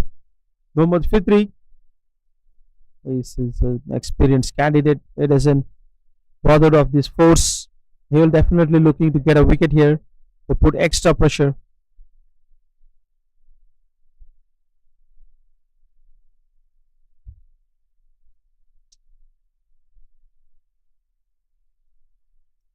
Nice bowling. Good comeback from Fitri. 1 run. Wicket column looks worrisome for Penang. Run rate is quite okay. 9.3. Can these batters make a comeback and give a partnership? With that, let me introduce Sid, my co-commentator. Well, a very good afternoon to all the viewers. A good looking shot and it clears the fence. That's a flat batted 6. What a shot here from Isaac Kumar. Well, I think that will be the only way to have some impact on this game. They have lost 4 early wickets. Only 37 runs on the board, and I think it will be shots like this that will allow the batters to settle in. 11 runs of the over so far, just 3 deliveries bowled. That was bowled much flatter, much quicker. Fitri Shams just playing with his variations and pace on the delivery. Well, he can be a skiddy customer. He's someone who likes to get the ball to skid onto the right-handers and the left-handers as well. Oh, that was close again. A wild swing. Smart wicket keeping there from Ainul Hafiz as well. Good presence of mind.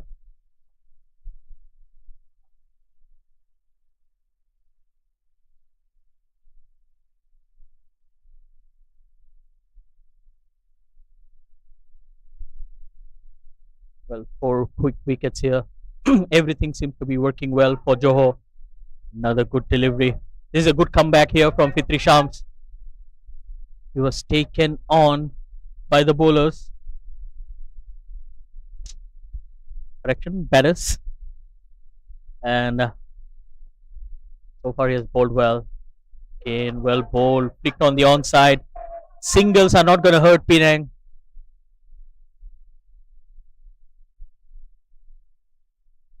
End of the over. It's 39 for 4.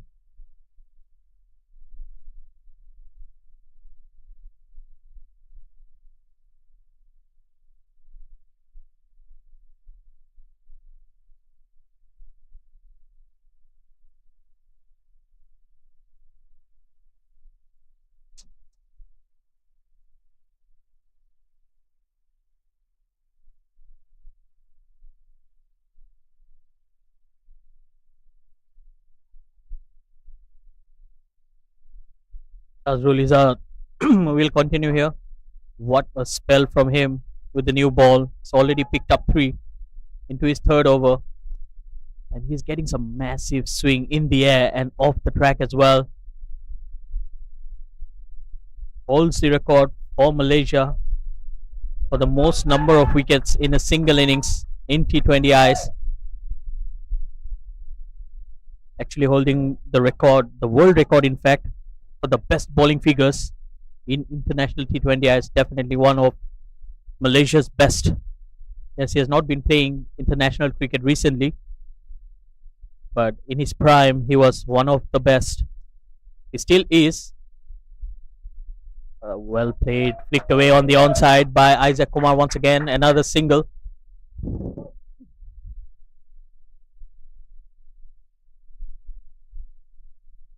A top class bowler who rattled the opponents.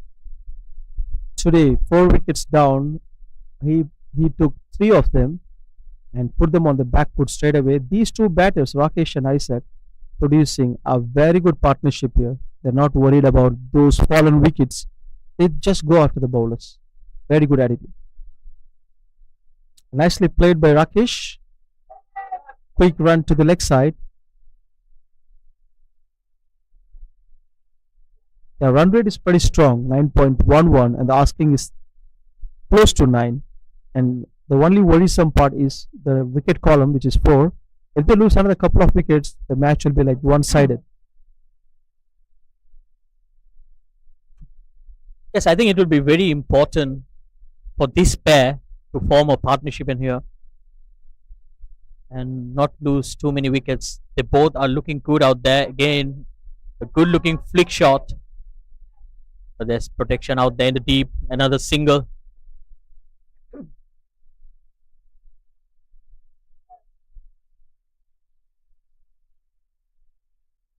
But Penang, they did score some quick runs here. But like you said, I mean, it's the wickets column.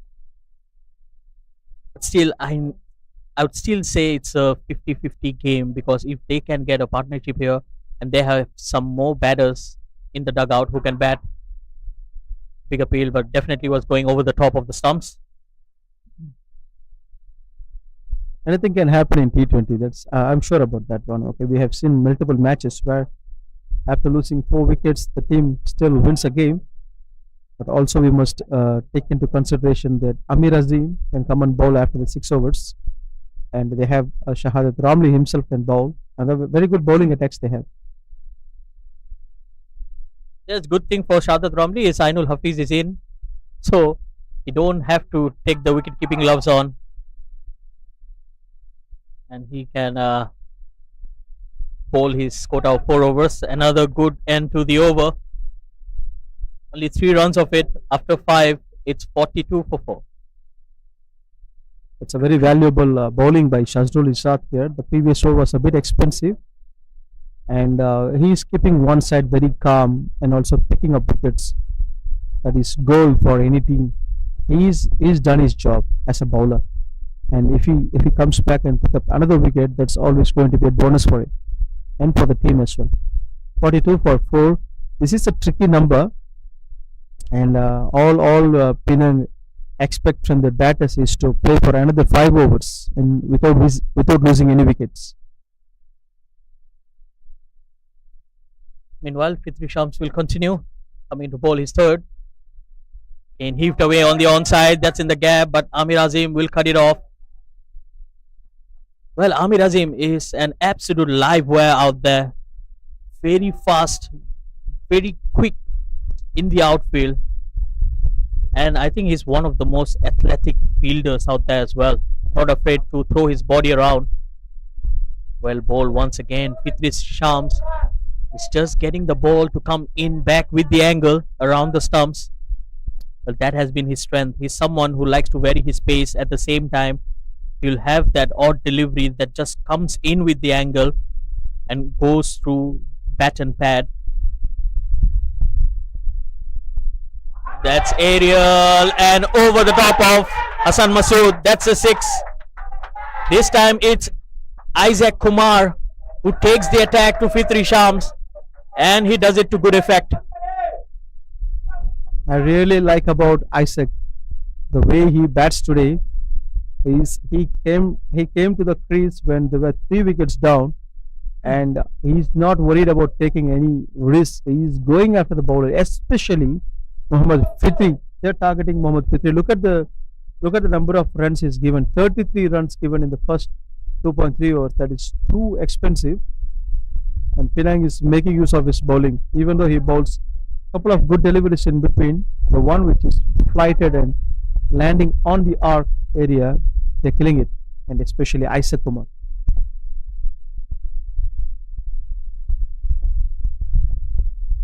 Actually speaking, Johor was a bit relieved to see Isaac.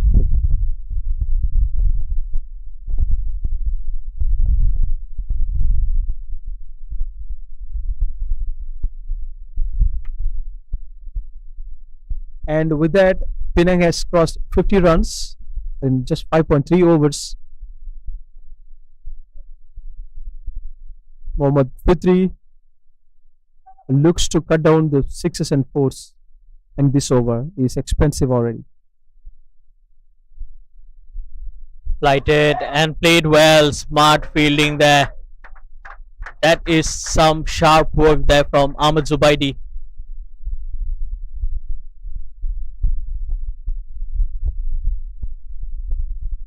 Well, I think it's very important that Johor fields well today. Oh, that was a chance. Ainul Hafiz, usually very cool and composed behind the stumps, just couldn't collect it on that occasion.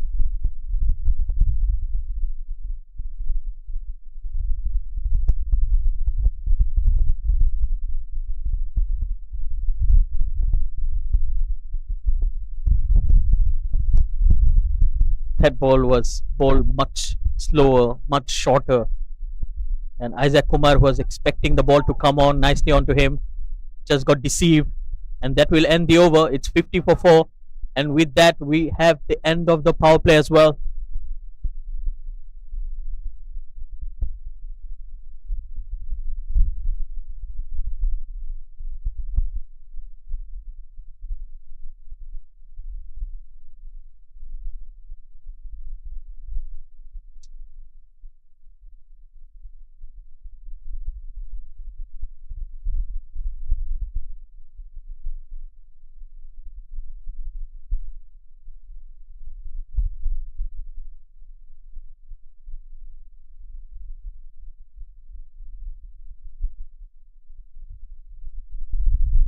Six overs done, 50 for 4. The run rate is still okay. One thing positive for Penang is this partnership. Isaac Kumar and Rakesh. At one stage, Johor were very relieved of seeing the first Isaac went back, but they're worried for the second Isaac. Well, definitely some similar names in the team. And with that, it's Gulreis who comes into ball.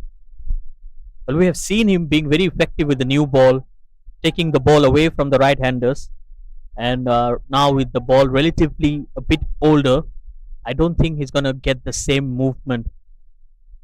And coming back to the team, I mean, by with Rajkumar Rajendran out of the squad, do you think Penang is missing a batter, an extra batter, especially when they are chasing some big runs in here? That is a well noted point, Sid. Rajkumar Rajendran is a big miss, if you ask me, and they missed the trick. And let's say he's scoring good or not, but this is he can create an impact. Just 6 overs, if on his day he would put a score of 70 to 80 on the board, and that kind of an innings you require in this kind of scenario situations, and that's a big miss, certainly yes. A wide from Gulreis. The first couple of balls were very good, and it's a wide, but he's bowling good today. He's moving the ball away from the batter.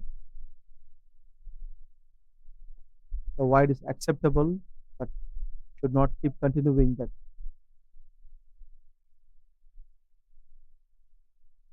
All Johor wants to do now is pick up a couple of wickets to put the brake on the run scorings. The Gulreis is very dangerous actually. He can do that. Ball goes up. There is a fielder coming in. Looks like a couple of runs. Looks like a couple of runs comfortably taken. Well, Samsul Iqbal was having a right smile. He couldn't pick the ball on 3 attempts. Well, both the batters are just trying to shift the momentum, but it's not going to be easy, especially with the bowling of Johor.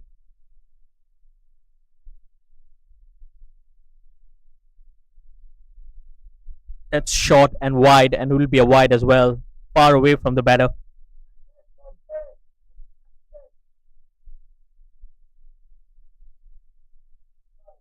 So wide is a bad habit. If you bowl one and it follows with another one, so be very careful. And this extra runs will take the pressure off from the opponents. So you have 3 balls left, 4 runs given. So be very careful of not making any of the boundaries here. It's played straight to Amir Azim. Amir Azim is wonderful, especially in that point region. Very fast, very agile. So as a batter, you hardly have a chance to sniff in and snatch a single when the ball goes to him. But so far, Gulreis has done a good job here. 4 deliveries, 4 runs. They will need more overs like this to put extra pressure on the Penang batters. Slightly short, and that will be a single.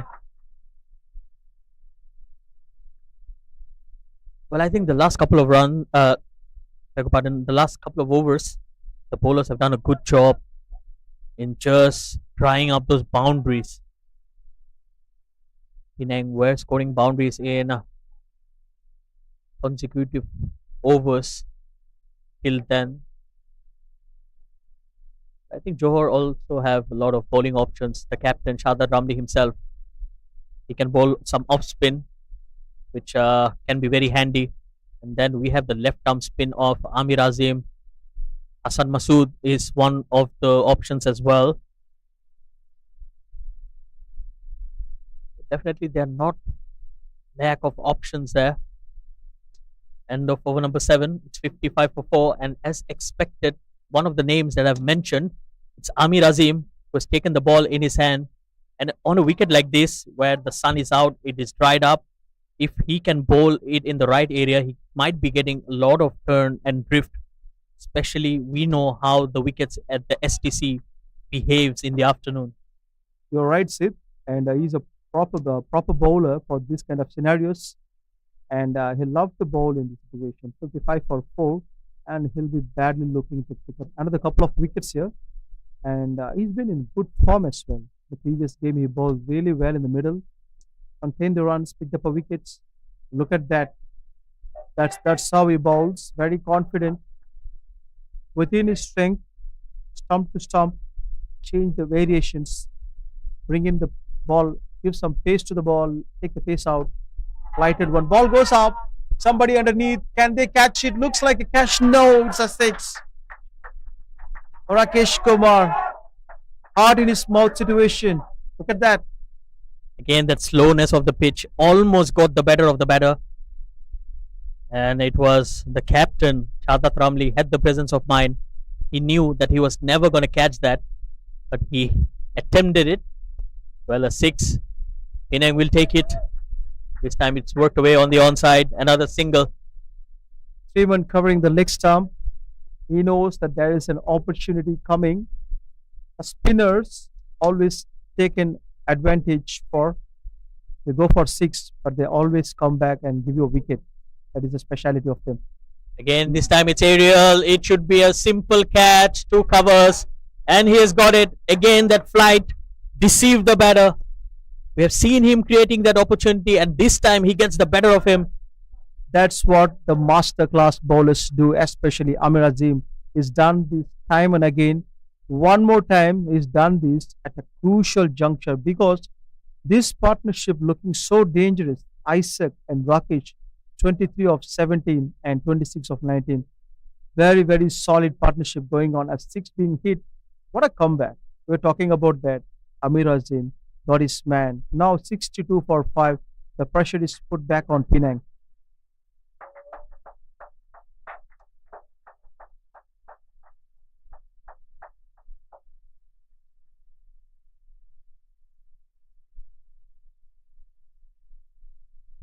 Yes, a crucial wicket here, and Amir Azim holding on to his nerves.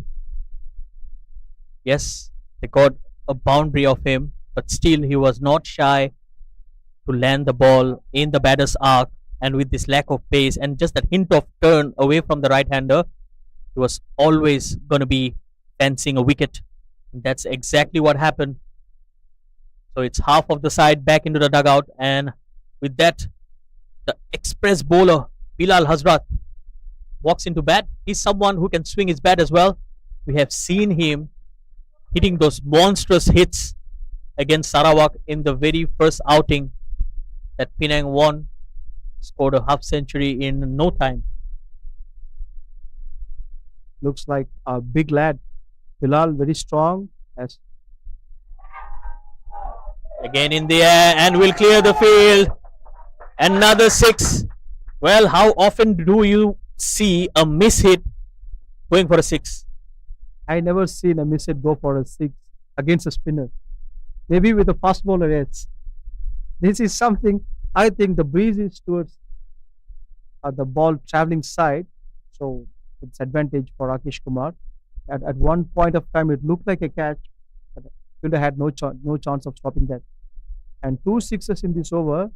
But one thing I noticed from Penang's innings is even though the wicket falls at one end, the runs keep getting higher and higher. The run rate is always 8.5 and above every single over. Now the only problem with them is the wicket column, and I keep telling this one. If they lose another couple of wickets from here, I think it's one-sided match.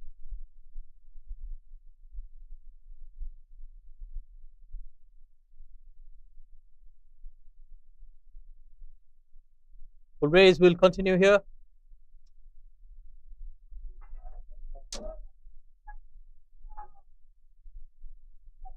Perfect time for Gulreis here. Has no pressure at all. It was 5 wickets down. And Bilal and Rakesh. Gulreis himself is an aggressive bowler. They always look for wickets.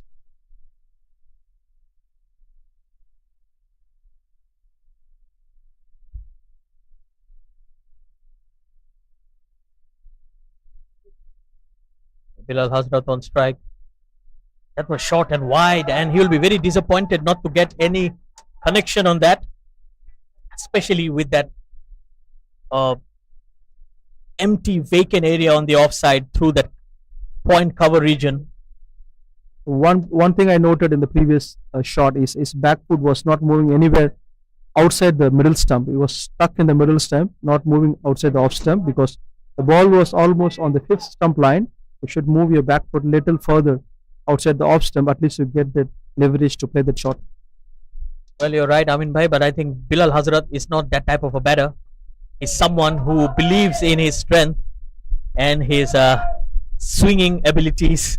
We have seen a lot of modern day cricketers where they're not very technical, but yet they can be very impactful with the muscle power and with that height and that extra reach.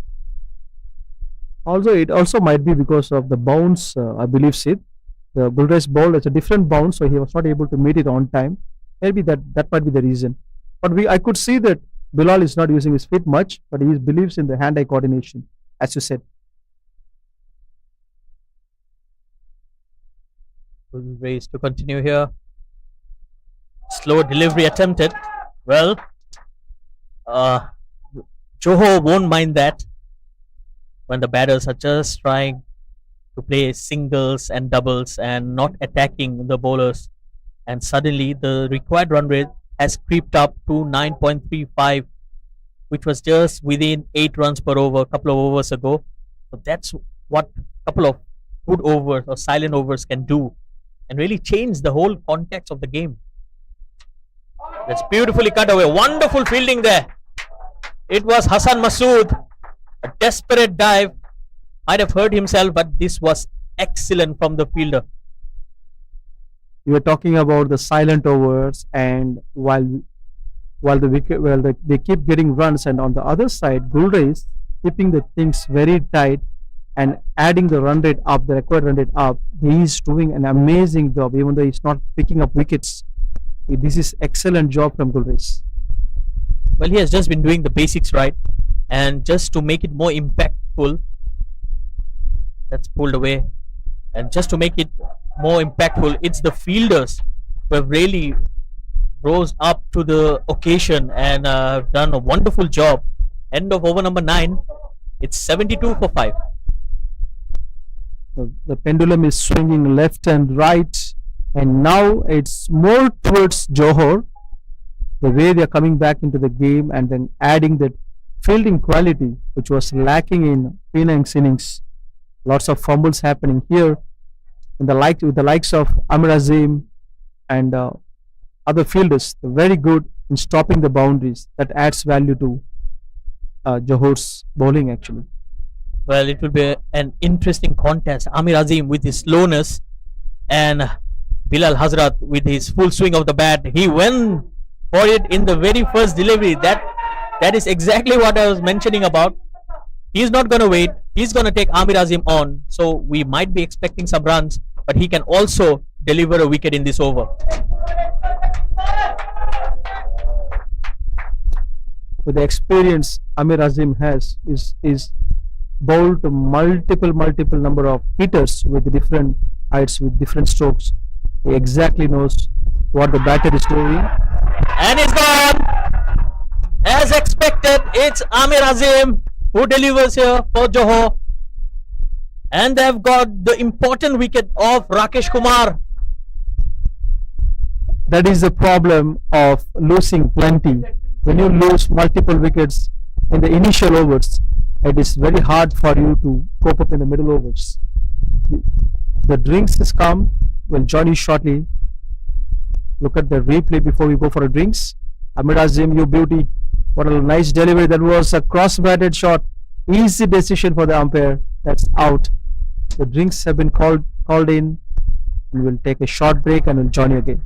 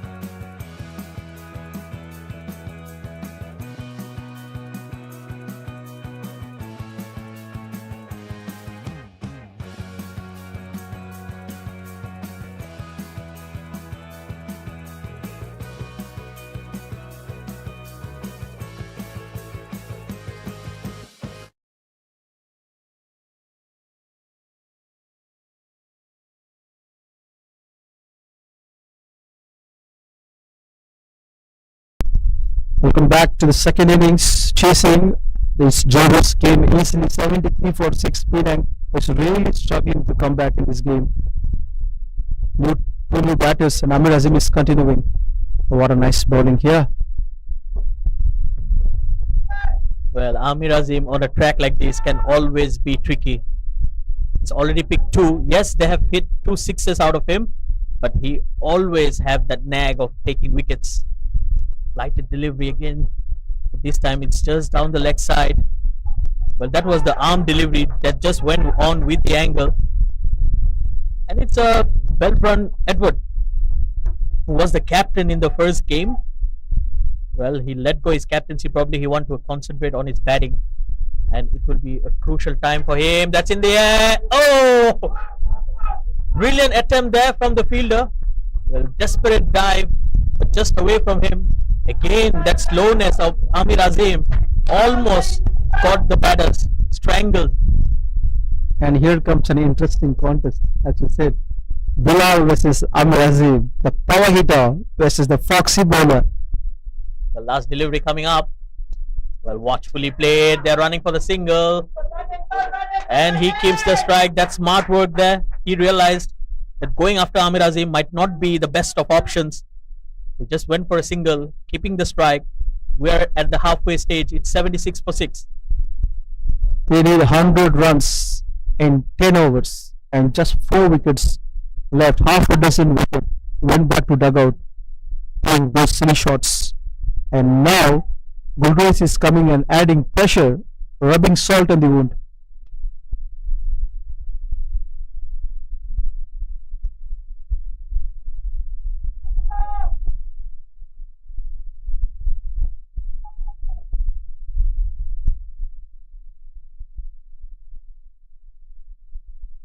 Well, Gulreis will continue here. That's aerial. Amir Azim is coming underneath and he's as safe as a house out there. Oh well, it was Ahmed Zubaidi. Oh, they've got the big fish. They have got Bilal Hazrat.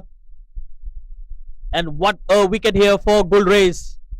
A well-deserved wicket for Gulreis. The way he's been bowling since the first over.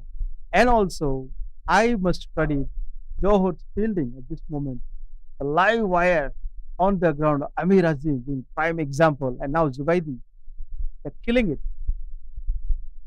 Well, in big matches, your fielders needs to deliver on the occasion. And that's exactly what Johor have done today, especially with the catching.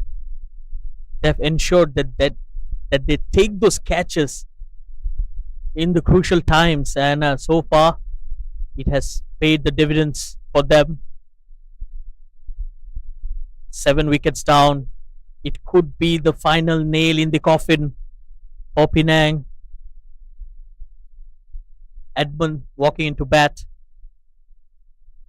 Well, now they have the tail exposed to a very experienced bowling attack of Johor.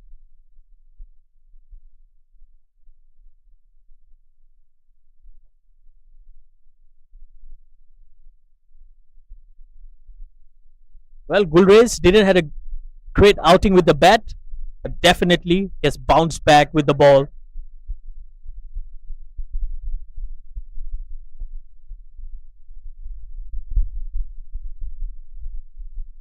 That's in the air. Oh yes, that's 2 out of 2, and Gulreis will be on a hat trick. And Johor are all pumped up. I really love Fitri's expression here. He did a Siraj this time. Siraj celebration. Well, if you're a football fan, that's also Cristiano Ronaldo who has actually said that celebration. But yes, definitely. What a catch here. Sharp catch, and look at him run. Look at him celebrate. Absolutely marvelous. And that finishing. The Sioux moment for you. I would really love to see some background music for Fitri's expression here. And yes, it was from Ronaldo, everyone knows that, but the whole world is following that. And recently, it is followed by Siraj, because he took the game away from England, picking up 5 wickets, and that celebration was epitome. It's absolutely India England. What a series! We have seen wonderful test matches in that series, and definitely shows.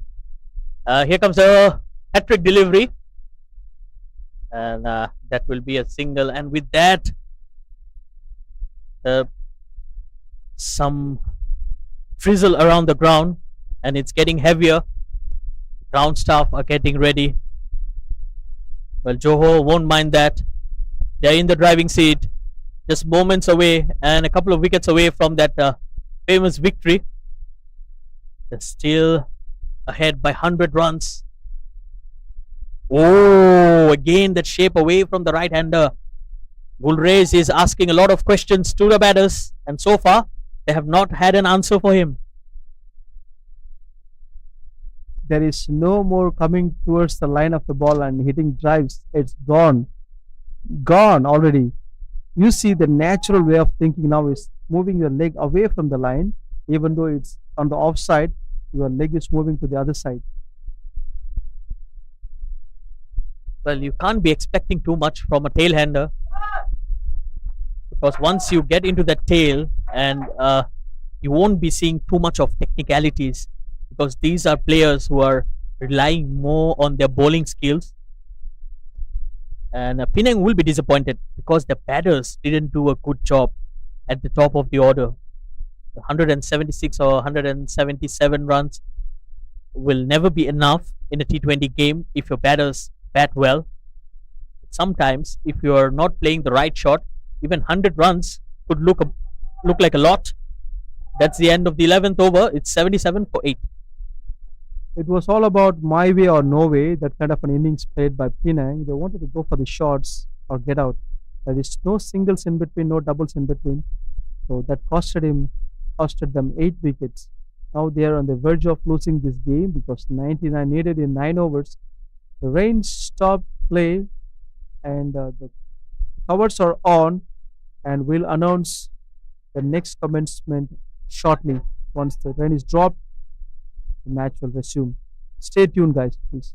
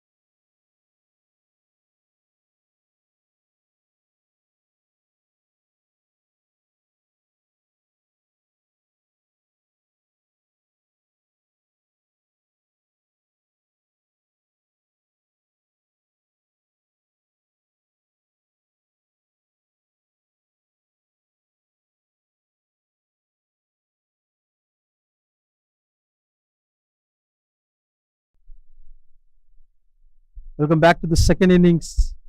Match started after the rain delay. It's quite sunny now. It's quite contrast to the rainy time. Amir Azim is continuing. 8 wickets gone. 2 wickets left. Good start.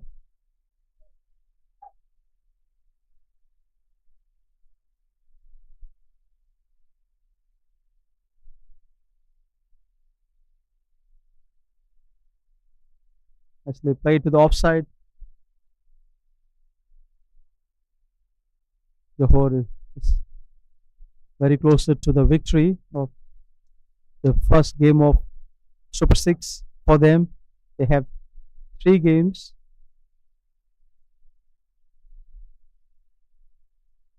It's a big wide from the umpire. Not under any pressure. Johor team looking so solid. Amir Azim, beautiful couple of wickets from him.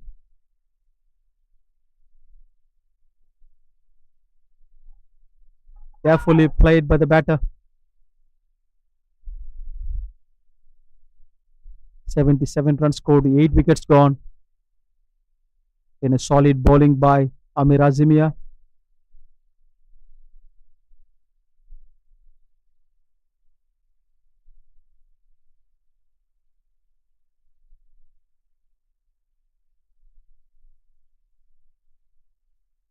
Straight to the mid wicket zone for 1 run.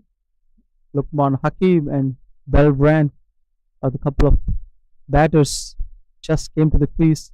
2 and 3 runs. They need huge runs, 94 runs required in 8.2 overs. Pretty solid bowling here by Mohammad Amir Azim. 2 wickets picked up. This is a 1 ball to finish the third over. 23 runs leaked. Excellent, excellent contribution. Pretty straightforward bowling. Field is kept according to the plans. 12 overs done. 82 for 8 Penang. They need to score close to 12 runs and over from here. Just 2 wickets left.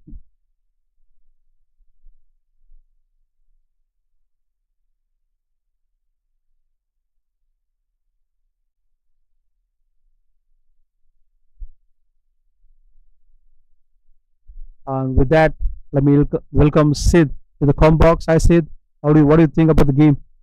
Well, thank you, Amin Bhai, and a very warm welcome to all the viewers who have tuned in. This is MCA Men's T20 Championship, a match between Johor and Penang. Well, Johor won the toss, electing to bat first.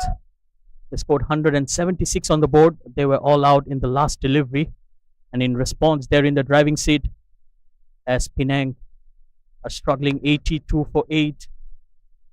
94 runs required in 7.5 overs. It's a tall ask, especially when you only have 2 wickets in your hand. And we should give a lot of credit to the groundsman after that rain delay. I think they've done a wonderful job to dry things up. Wild swing and a miss. Good bowling here once again from Gul Reis. How impressive has he been, Gul Reis, today? He's outstanding, Sid. Look at the figures. He's bowling the 4th over. He's the one who pulled the strings back when the things are not going well for the bowlers on the other side. For example, Fitri was pretty expensive. Gul started cutting the runs, and that added pressure to the batting side, and also adding to the pressure, he picked up a couple of wickets. That is an exceptional over. Wild swing and he's gone. That's taken the feather. And a simple catch to Ainul Hafiz, and Gul Reis gets his third. Again, wonderful bowling from Gul Reis. Penang brought up their 50 in the 6th over. Sorry, in the 6th over. And since then, the Johor bowlers have came back strong, courtesy of some wonderful bowling from Gul Reis. Here you can see the wicket once again. Big swing, taking the outside edge of the bat, and one of the simplest catches for Ainul Hafiz. With that, Penang lost the 9th. It's 82 for 9.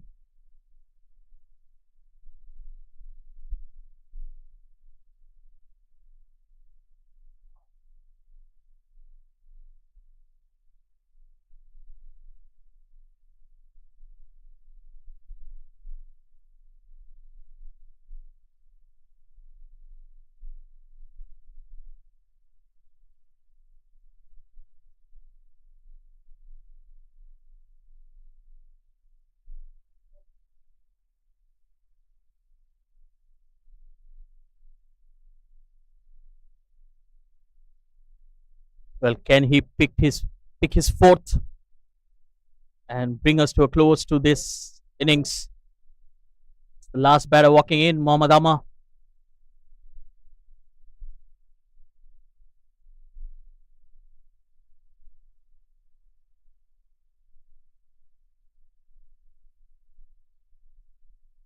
Oh, that's beautifully bowled once again. The ball just leaving the right hander, teasing him around that off stump line.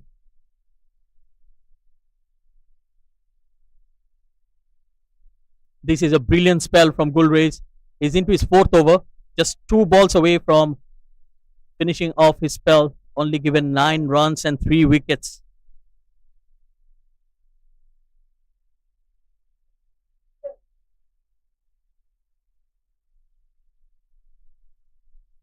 That will be a wide.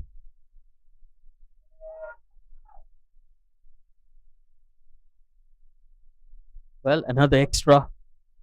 Gulrez here trying to finish things off. Probably just straying away on the onside.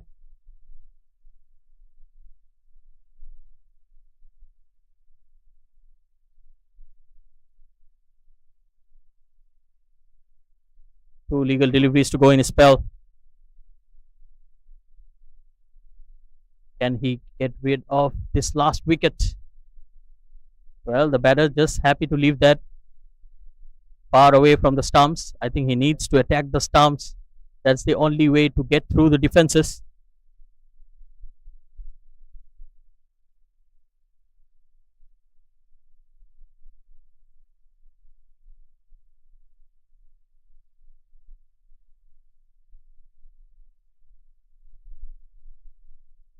Mohammad Amar has one more delivery to survive in this over.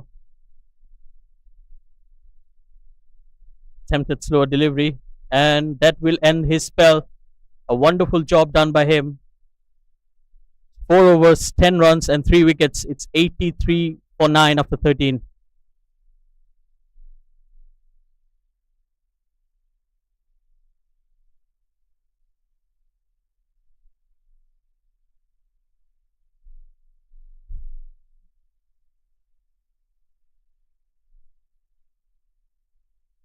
Well, Amir Azim will continue in here.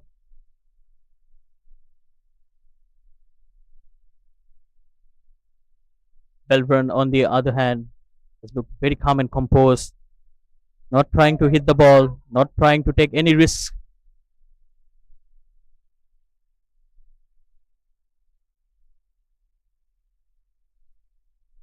Again, he's happy to play a defensive shot, and probably the thing that's going through the back of his mind will be just to survive the full 20 overs.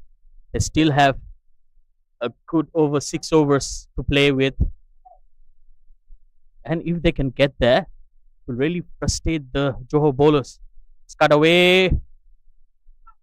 Well, if only the fielder picked that up, it could have been a run out at the non-striking end. Belbran was not looking for that run, but he was forced in by Mohammad Amar. Oh, that was very, very close to the stumps.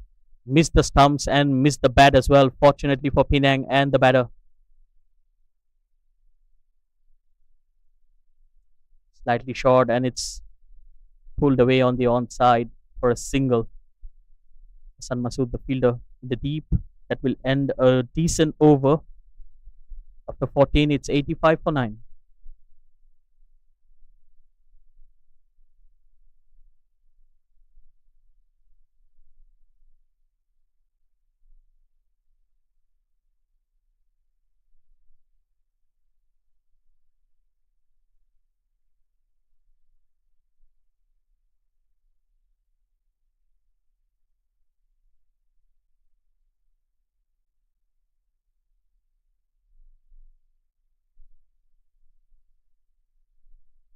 Well, Fitri Shams coming back into the attack after that wonderful catch and a very different celebration from him.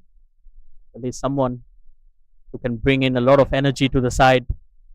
Starts off with a fiery delivery right at the stumps. Almost went through the defenses of Mohammad Amar.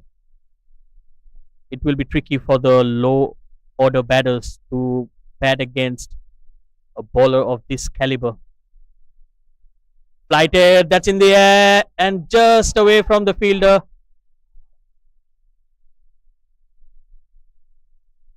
Well, he's leaving dangerously here, Mamatama. The ball that comes in, the skiddy ball, is one of his favorite. Fitri looks like he can get his man this over. Very cautiously played, and looks like the run rate is getting up and up in every single dots they're playing. It's 16.36 now. 90 runs in 5.3 overs. Well left by the batter, surviving the bowling. They're pretty sure that they're not very close to the victory. Well, I think the idea is simple here. It's just to frustrate the Johor bowlers and make sure they are kept there till the 20th over. Because 90 runs needed, 1 wicket in hand. They have stopped trying, and rightly so. But at the same time, it's a T20 format, and it doesn't matter if you win or lose. You need to play the game with the best possible way you can. Beautifully bowled once again. That drift and flight and the change of pace again working for Fitri Shams, and he pulls off a wonderful spell as well. Was expensive in the first 3 but only gave away 1 run in his 4th over. He's bowled 4 overs, 34 runs and a wicket. It's 86 for 9. Fitri is a happy man to see these figures in the last over. He bowled, happy to bowl at the 9th and 10th wicket, and the captain is in, understands that things are going away, and now he comes in to make sure it's done and dusted in this over. Probably will look to pick up 1 more wicket and bundled out Penang, winning this game in style.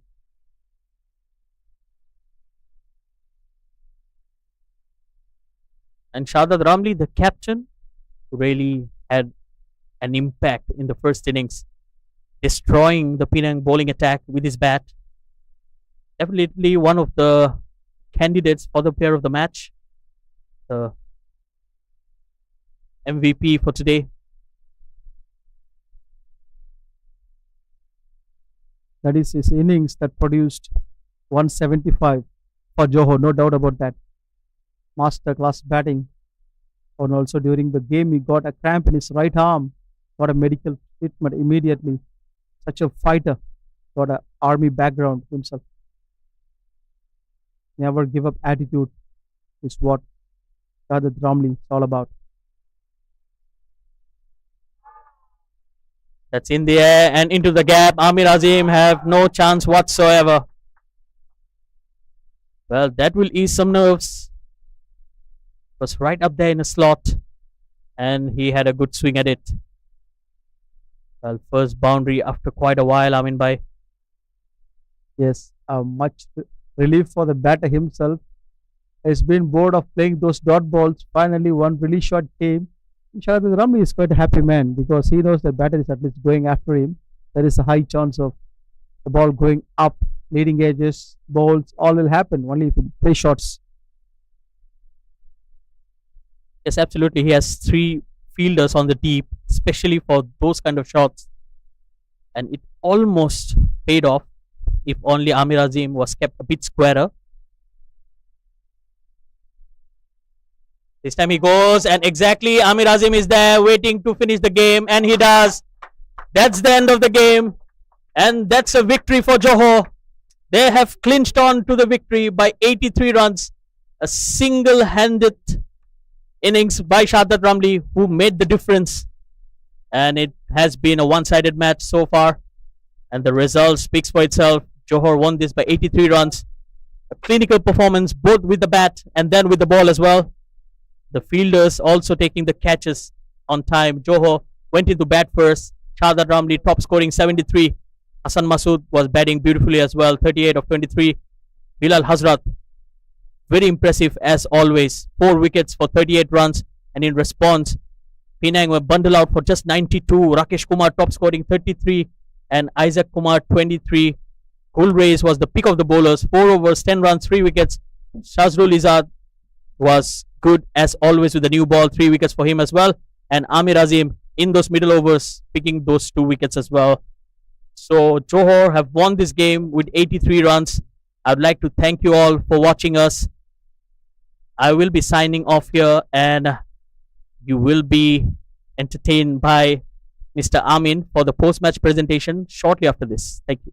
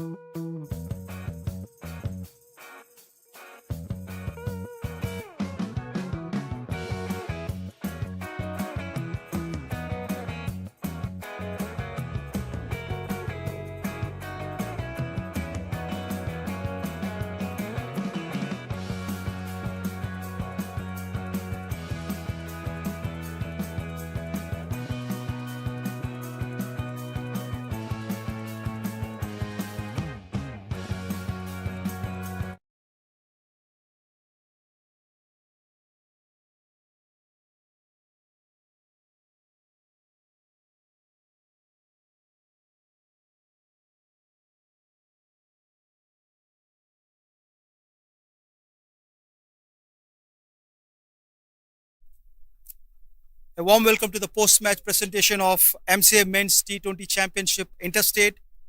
We have a great match happening today, Johor versus Penang. It's a Super 6 competition and toss won by Johor and selected batting first, and they scored 175 for 10. Unreturned, Penang scored 92, lost all the wickets, and Johor won by 83 runs. First of all, congratulations to Johor team. And there is a player of the match announcement today, and for that, may I request the chief guest of today, Mr. Richard Tan Woo Chow. Please come over here, sir, to present the award. And he's honorary secretary of Malaysian Cricket Association.